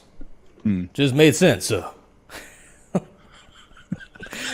I always wonder if my portrayal of Ray is offensive to anybody, but that's the voice that comes to mind. I think you should read everyone like that. Yeah. Just variations of tone. Okay, so to me, the largest issue I had, really, I guess truly, since I made a mistake on something, do another little issue, but this is kind of my only real issue with this these pages, and that's on 82 towards the middle to the bottom. Yeah. All this is good. I felt like it was making sense from a movie perspective. Like the dialogue is written very much for the audience here, Yeah. rather than feeling naturalistic. Totally. Yeah, and I felt like it was a little bit rushed because of that. And I felt like it could be a real conversation that includes information about the spinners and the headbangers, maybe leading into the yoo-hoos. But it just felt like I was watching the montage. You know, like they were talking about something and then it happens, and I talk about something and then it happens, and it felt a little convenient and not quite in the spirit of what was going on with the rest of the script. So this kind of goes into what I misread 3 times. Okay. Which was, I'll tell you how I misread it first. Yeah. So at the top of 83, it says Stan erupts in anger. And I was like, wow, he's like, it seemed like he went from 30 to 60 real quick. Not 0 to 60, but yeah. 30 to 60 against Everett. Like, why is he so upset with him? I know he just rubbed shoulders with him. He's getting into a little bit, and it didn't feel like it was quite there to the point where he's just going to erupt at this. And then, of course, you know, listening to us do this, Long is the one who says that. Right. And I was like, oh, well, that kind of deflates what I was thinking here now. So my suggestion before I misread it was that maybe the discussion between Everett and Stan could be talking about whatever the situation is, talking about the bad guys, but maybe the subtext of the rising anger between them was growing. But now that I see Long as the guy who's actually doing it, I'm not sure how to address the issue I have with introducing who these characters are to the audience. Is the word pedantically here? Like we're defining them very clearly for the audience now that we've got spitters, yoo-hoos, and headbangers. Okay. So I was thinking about that being a way to solve this issue, or a solve in the new vernacular. I've never heard that. Oh, yeah. I know it's a big ask for you. Oh, this is a solve? Solve is a thing? Ask, I always thought that was terrible. Like, what the hell? How is ask? Question? How did ask become a noun? Is it a noun? Now they're using it as I a know, noun. but it's like, how can it be a noun? Can you request something? Is this a we have an issue with too many syllables again? I have a question for you. I don't big know. Question? A big request? Like, I always got upset when my bad became a thing for a while. It's like, how can you own a bad? How is bad a noun? Right. And my always, bad grammar. It always just like, it was always like a thorn in my brain every time I heard it. I'm like, how is this working? How is everyone saying this and it's fine? Yeah. Do you remember, I guess I shouldn't say his full name, but do you remember John, who we used to work with at that one place? What department? He was a designer. He worked under you. Oh, yeah. Okay, so he would always say... Worked under you. Yeah. Oh, that one, yeah. He would always say mines. That's mines. And I'm like, stop using the S. There's no S at the end of that word. It's like, no, man, that's mines. Those are mines. Like, don't step on them. Well, that's the thing. We would always we would always mess with him like that. Anyway, the degradation of the English language, bro. I don't think that John, whomever is watching. Yeah. Right. I'm just saying. I have proof. Let's say this blows up. Let's say that one thing we do, that one video, we make some kind of comment and it goes viral, and then suddenly people are going through like the different episodes, scanning. Where else was Brian racist? Yeah, exactly. I knew it. It's mines right here. All right, so let's get back to this. So originally, this sequence was not here at this point. I just thought it was a good place to put it, so that the audience, so that when the characters start really getting into the action towards the end, and they can like kind of yell at each other, like "Look out, Spitter!" or whatever, right? The audience would already know what they're talking about, right? Yeah. I don't know if it's necessarily necessary at all, even towards the end where I originally had it. It was supposed to be right before they make the big push to get back to Sally's, that, you know, after they've all tooled up and they're surveying the terrain and coming up with a plan to go through the town, they would like point out the different kinds of enemies and name them. Like, all right, we got to look out for those spitters there on the roof. Yeah. And those headbangers, they're going to be pretty tough or whatever, right? I just thought it was going to be way too late in the movie to kind of name them. And if we could do it earlier, halfway through the movie, the audience could feel like, yeah, okay, totally, I'm with them. I feel like I'm part of this group because they're coming up with names, and I'm here at the ground level, right? But you're absolutely right. The tone is, it is just very educational. If you think it sucks, I like what then you're saying. I just don't feel like it's quite on par with the rest of it. You just mentioned that the audience would be there on the ground level, and I think that's actually a good way to go. I think that this is one level above that because they've already named them. So maybe if during their discussion they get to a name without expanding this over 5 pages, you know what I mean? But I do think I agree with you. It's a good idea to understand that because now they're aware of their enemy, and the audience is very clear about who they are. Yeah. But maybe they come onto that with more natural dialogue. You know what I mean? I just don't want it to be hokey, where they're like, "What should we name him? Head crashers." Yeah. No, man, he's banging his head. Yeah. Like Children of Men, right? The through line there was they're trying to name the baby. Right. And I just don't want it to be like this thing. I just wanted to get it out of the way so everyone can just, all right, we're on the same page. We get it. Yeah. I guess the other option would be not to. And the audience just picks up. Okay. Some pick up that there are 3 types. Some just pick up that you got some evil out there or some, bad guys out there. It kind of reminds me of like, I'm not sure, I can't give you an exact example, but I know a lot of the Marvel movies now, they have these different heroes that have existed in the consciousness of, or our consciousness for many years. Right. And a lot of times, we know their names. A lot of times they go unnamed. It's not like they call Black Widow. They never do. It's just they call her Natasha, right? Natasha. And when I heard the first time, like, we have a Hulk, it was like 3 movies in. You know what I mean? It was not, he must be the Hulk. I got a Hulk Buster or something. It's kind of thrown away to the point where when it was initially happening, of course, okay, that's not a good example because they already live, in the zeitgeist of people's understanding, and these don't. But I think it's okay to not necessarily name them as well. So, all right, I don't have a solve for you. No, you know what? Here's the thing: their characteristics and their names are very basic, right? Their names are what they do, so people are gonna get it if someone yells, like, "Look out, yoo-hoos," or whatever, right? Right. It makes sense. I just thought this was going to be a nice little thing where we could get, the group defined as a group while also educating, right here, because they're all standing at the window. It's kind of nice to see them as a team, sort of, until Long says something. Now they're not a team. You shut up. Shut up, okay, you. If you want to keep it, then I would just say at the bottom of 82 where Stan says the worst one are the yoo-hoos.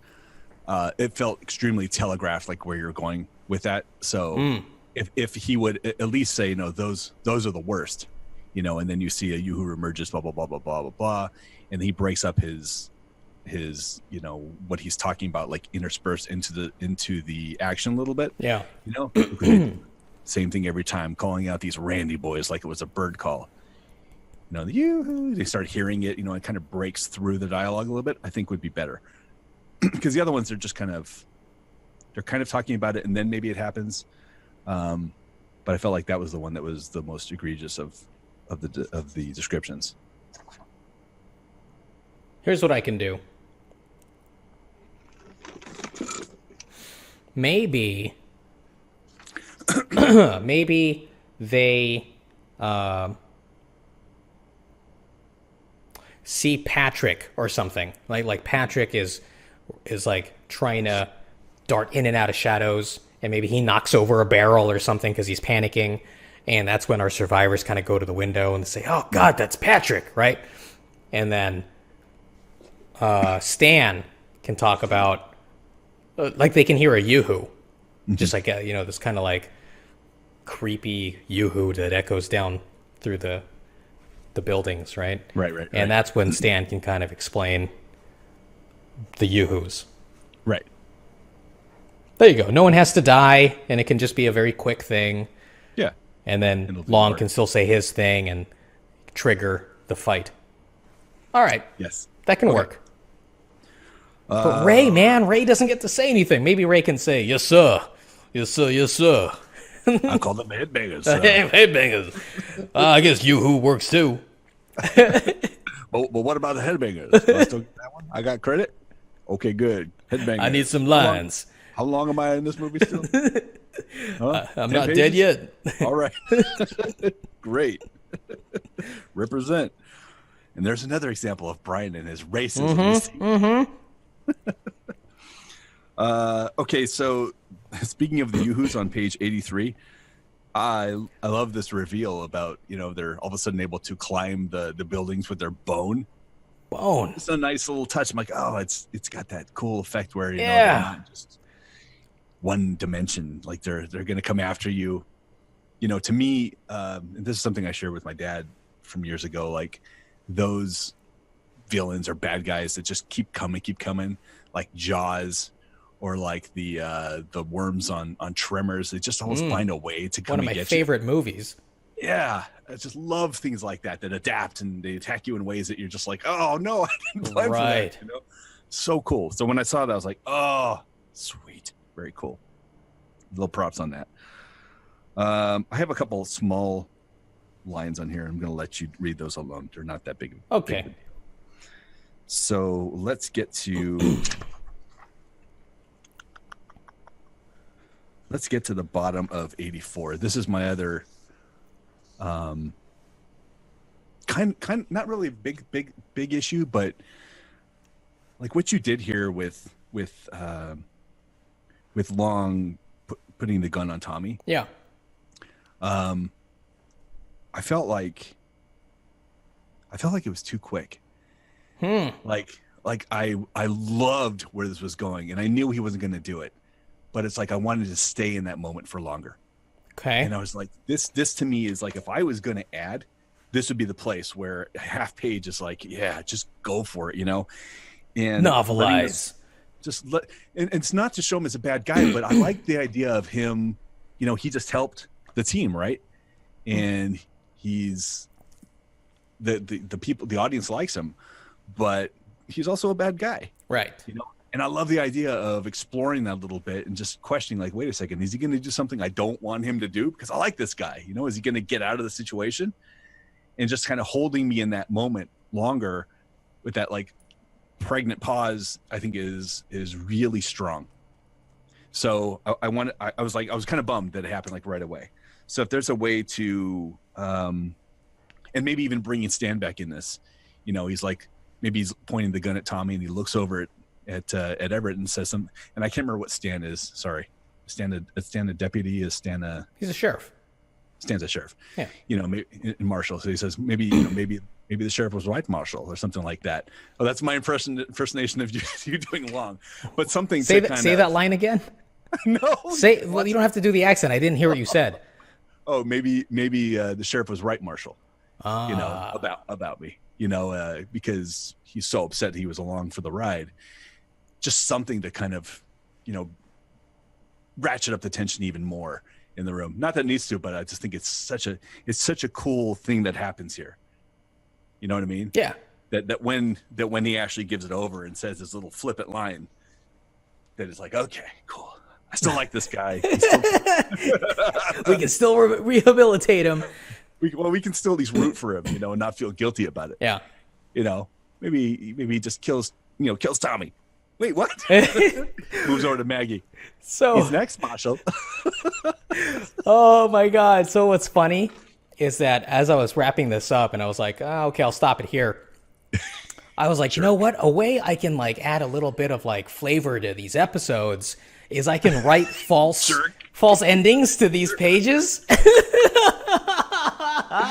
I was going to have him kill Tommy. Such a jerk. I wouldn't have believed it. I wouldn't have believed it. Not for a second. No, you would never do that.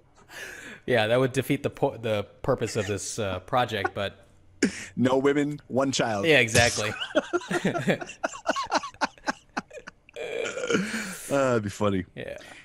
Anyway, and the other thing I did to kind of just think of other ways to kind of ratchet up the emotion a little bit is because as soon as it happens, Everett's eyes go glassy with emotion. Like he's instinctively like touched by this. And this is like getting him at his core. Yeah. So I kind of felt him like instinctively gripping his timepiece, not opening it, not doing anything else. And the audience is only going to see it on the second viewing, but it's like, no, not Tommy, not Tommy or Maggie. This is like, that's too close to me. Just another little touch. Totally. That's it. Awesome. Them's my tots. No, this was good. I'm just to toot my own horn here. I really feel like the pages that are coming out, they're layered. They have things going on. I know we ran into a rough patch here with the pedantic naming of the monsters. That can go. I'm not married to it. Yeah. I think what you did is you laid the foundation really well. Yeah. So now I'm like, I'm really feeling these characters. Like if you came up to me and said, I don't know what we're going to do with Boone, I would, or this is not really believable for Boone. I'd be like, who's Boone again? Yeah. He's exactly.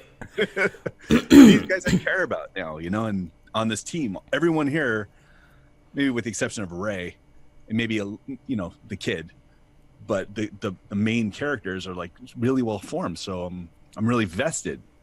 So I can, hopefully give a little better insight. But I think everything here is like really cool. Yeah, I'm a little worried about Ray.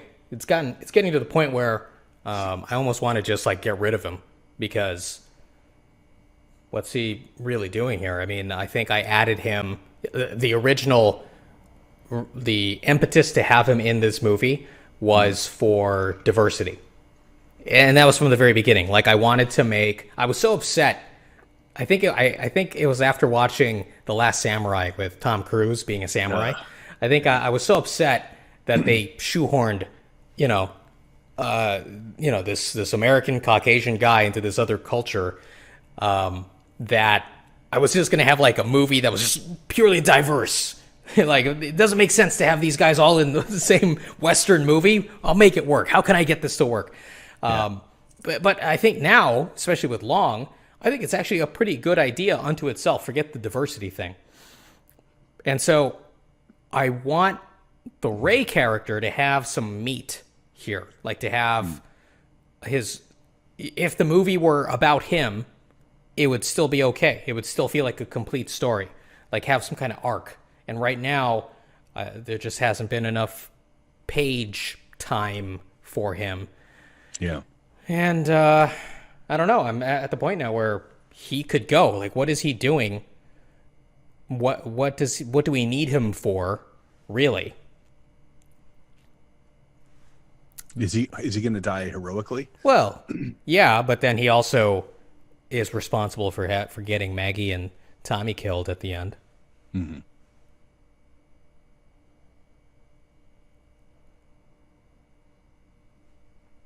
I think he's going to go. Brian. Though, I don't know how it's going to work out when Maggie has to hold the door shut against monsters trying to, right. break in. Maybe that just makes it even more dramatic. That this relatively frail woman is trying to brace the door by herself. Yeah.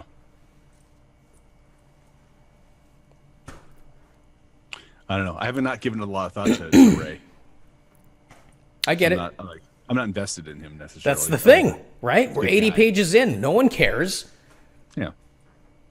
That's fine with like Chief, right? We're not invested in him either, but at least he has like a goal, right? Mm-hmm. And we're going to see it be completed, right? He's going to get his tomahawks at the end and go to town.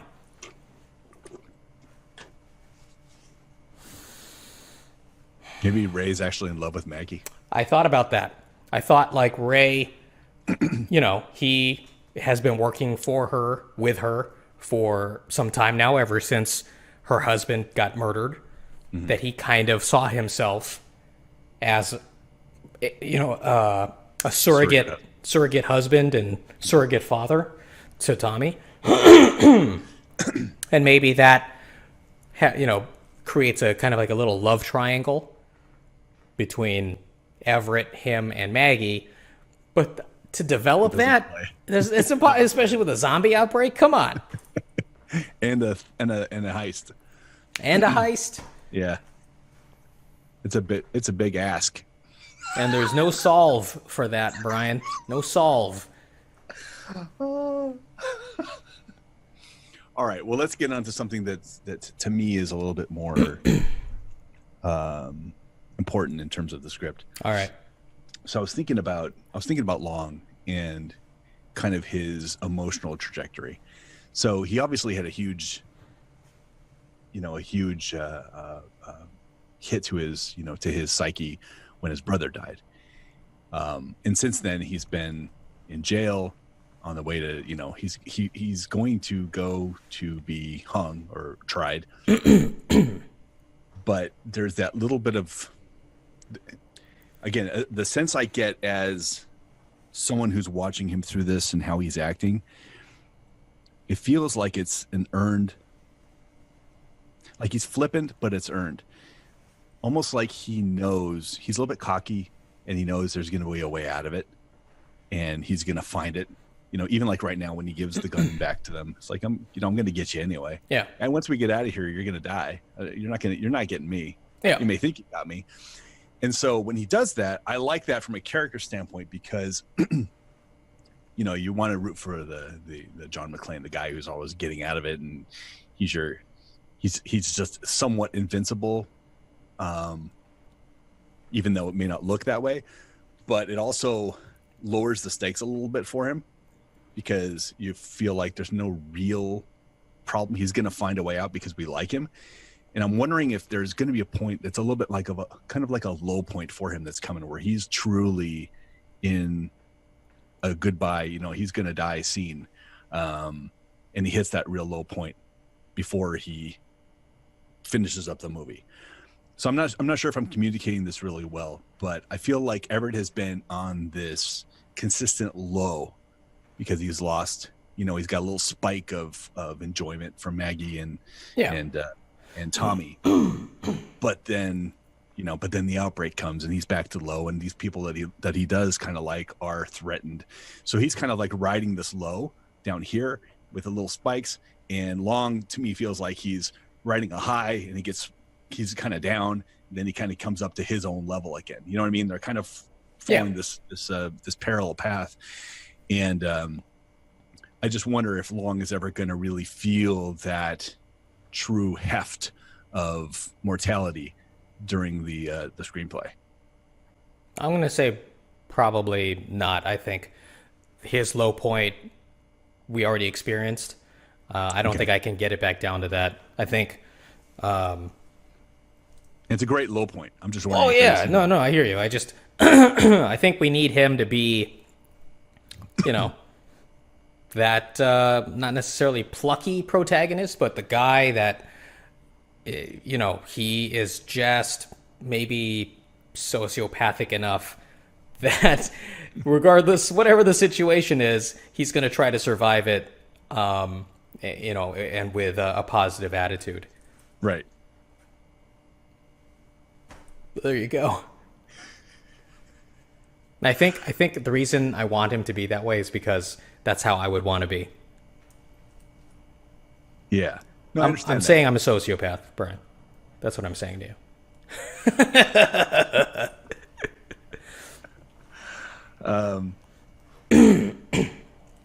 Yeah, I don't know if it fits the story anyway, or the narrative rather, but because I don't know really what else he has to lose. That's what I'm saying. It's like he doesn't seem like he's gung-ho about the money necessarily, for the heist. He's not like Sam, right? Right. Who's got that kind of singular focus wherever Sam is. He's not he's not like Sam. So I don't know. I mean, he already lost his brother, who's the most important for him, so maybe that scene in my head where Everett is just letting him have it and tell him the real reason he's keeping him alive is a scene where, we get to the raw emotion behind Long, and maybe the more that comes out, even though he's been kind of flippant a lot of the times, and, acting like he's above it all, and he's going to suss his way out. Maybe there's some deep angst in there as well for him. Again, I don't even know if the scene's going to come, but this is where it is in my head. Like, it seems like it would be a natural spot where the two people are kind of head to head going at it philosophically, emotionally, maybe even physically. I don't know what you have planned, but I kind of feel that big butting of heads, or butting of characters, if you will, butting of wills. I feel like it's inevitably going to this big clash.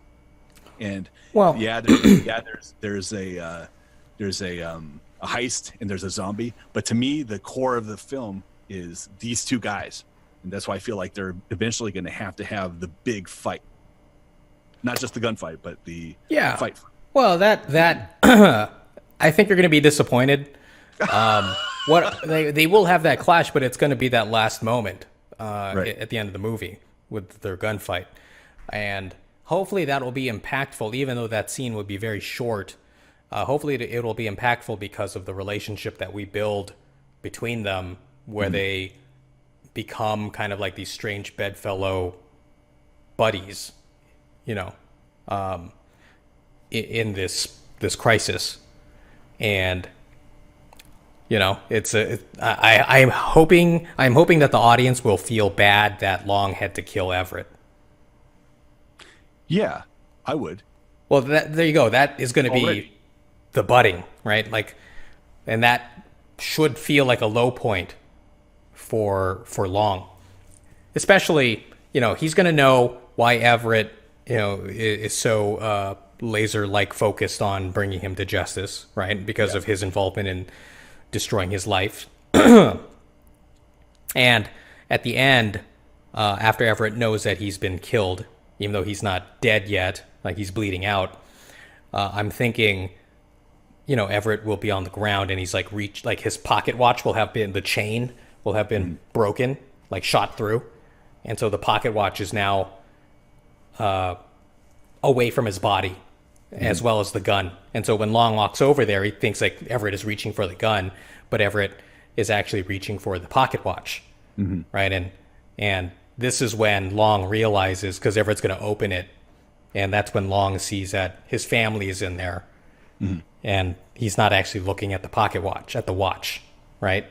And hopefully that'll be like another, like, wow, I've really messed up this guy's life, right? Yeah. I killed his family, and now I killed him. He watched his surrogate family die as well. Like, hopefully that'll be the low point for Long, and, he rides away with something to think about before he rejoices in, I'm the one who survived, Yeah, I also don't want to hate him. So as long as, I think I kind of feel like when he's going to get the upper hand and they take Everett into the other gang, or, the other group, where, where the roles are reversed, because I feel like we've got a lot of Everett kind of pontificating at him a little bit now. I feel like when the roles are reversed, Long's going to let go his theory a little bit about him and the law, or whatever else it is, whatever else he's feeling is going to come out. So I don't see it all as like a one big scene necessarily, like, we're going to have all this out, but, I guess more than anything, I wanted to kind of get in your head a little bit about that, and, just tell you where I am as a not as a collaborator, but more as an audience member. Like, I want to see something there, and I'm hoping I get to see it, that's all. And wherever it comes out, or however it comes out, if nothing else, then that the hope is there, and maybe it manifests, maybe it doesn't. It's your movie, It'll be there, Brian. I think you're going to be very happy at how it all comes together, and I think it'll be evident when we do a full read through. Yeah. Cool. All right, man. Well, this went twice as long as I had expected it to go. Yes. So I started the show tired. I'm all And amped up again. oh, good, excellent, You're excellent. like, well, I'm tired, so goodbye. Yeah, yeah, exactly. I was gonna wrap it up with the whole, hey, if you liked the episode, give it a subscribe. But Brian, you're Man, why already aren't you subscribed. watching? Seriously, what the hell's wrong with you people out there? Or if you're watching this years from now, when René has done his crazy killer, Exactly. movie killer movie, and he When wanted to see René the has origin, become the crazy killer in the movie theater. and you wanted some evidence, I mean, origin story. Then Exactly. This was his manifesto. Wait, what? Nothing, Brian. Well, René, how could people, if they decided to somehow, for some reason, want to get in touch with us, how could they? I already interact showed with it. us? You have our website, letswritethismovie.com. Great. Follow us on Twitter at WriteThisMovie. And on the off chance that you are watching this video, give us a subscribe, ring that bell for notifications, and Brian and I will see you in the next episode. Bye. The end. I'm going to stop recording. Remember when we used to have outtakes, Brian? Yeah. Remember that?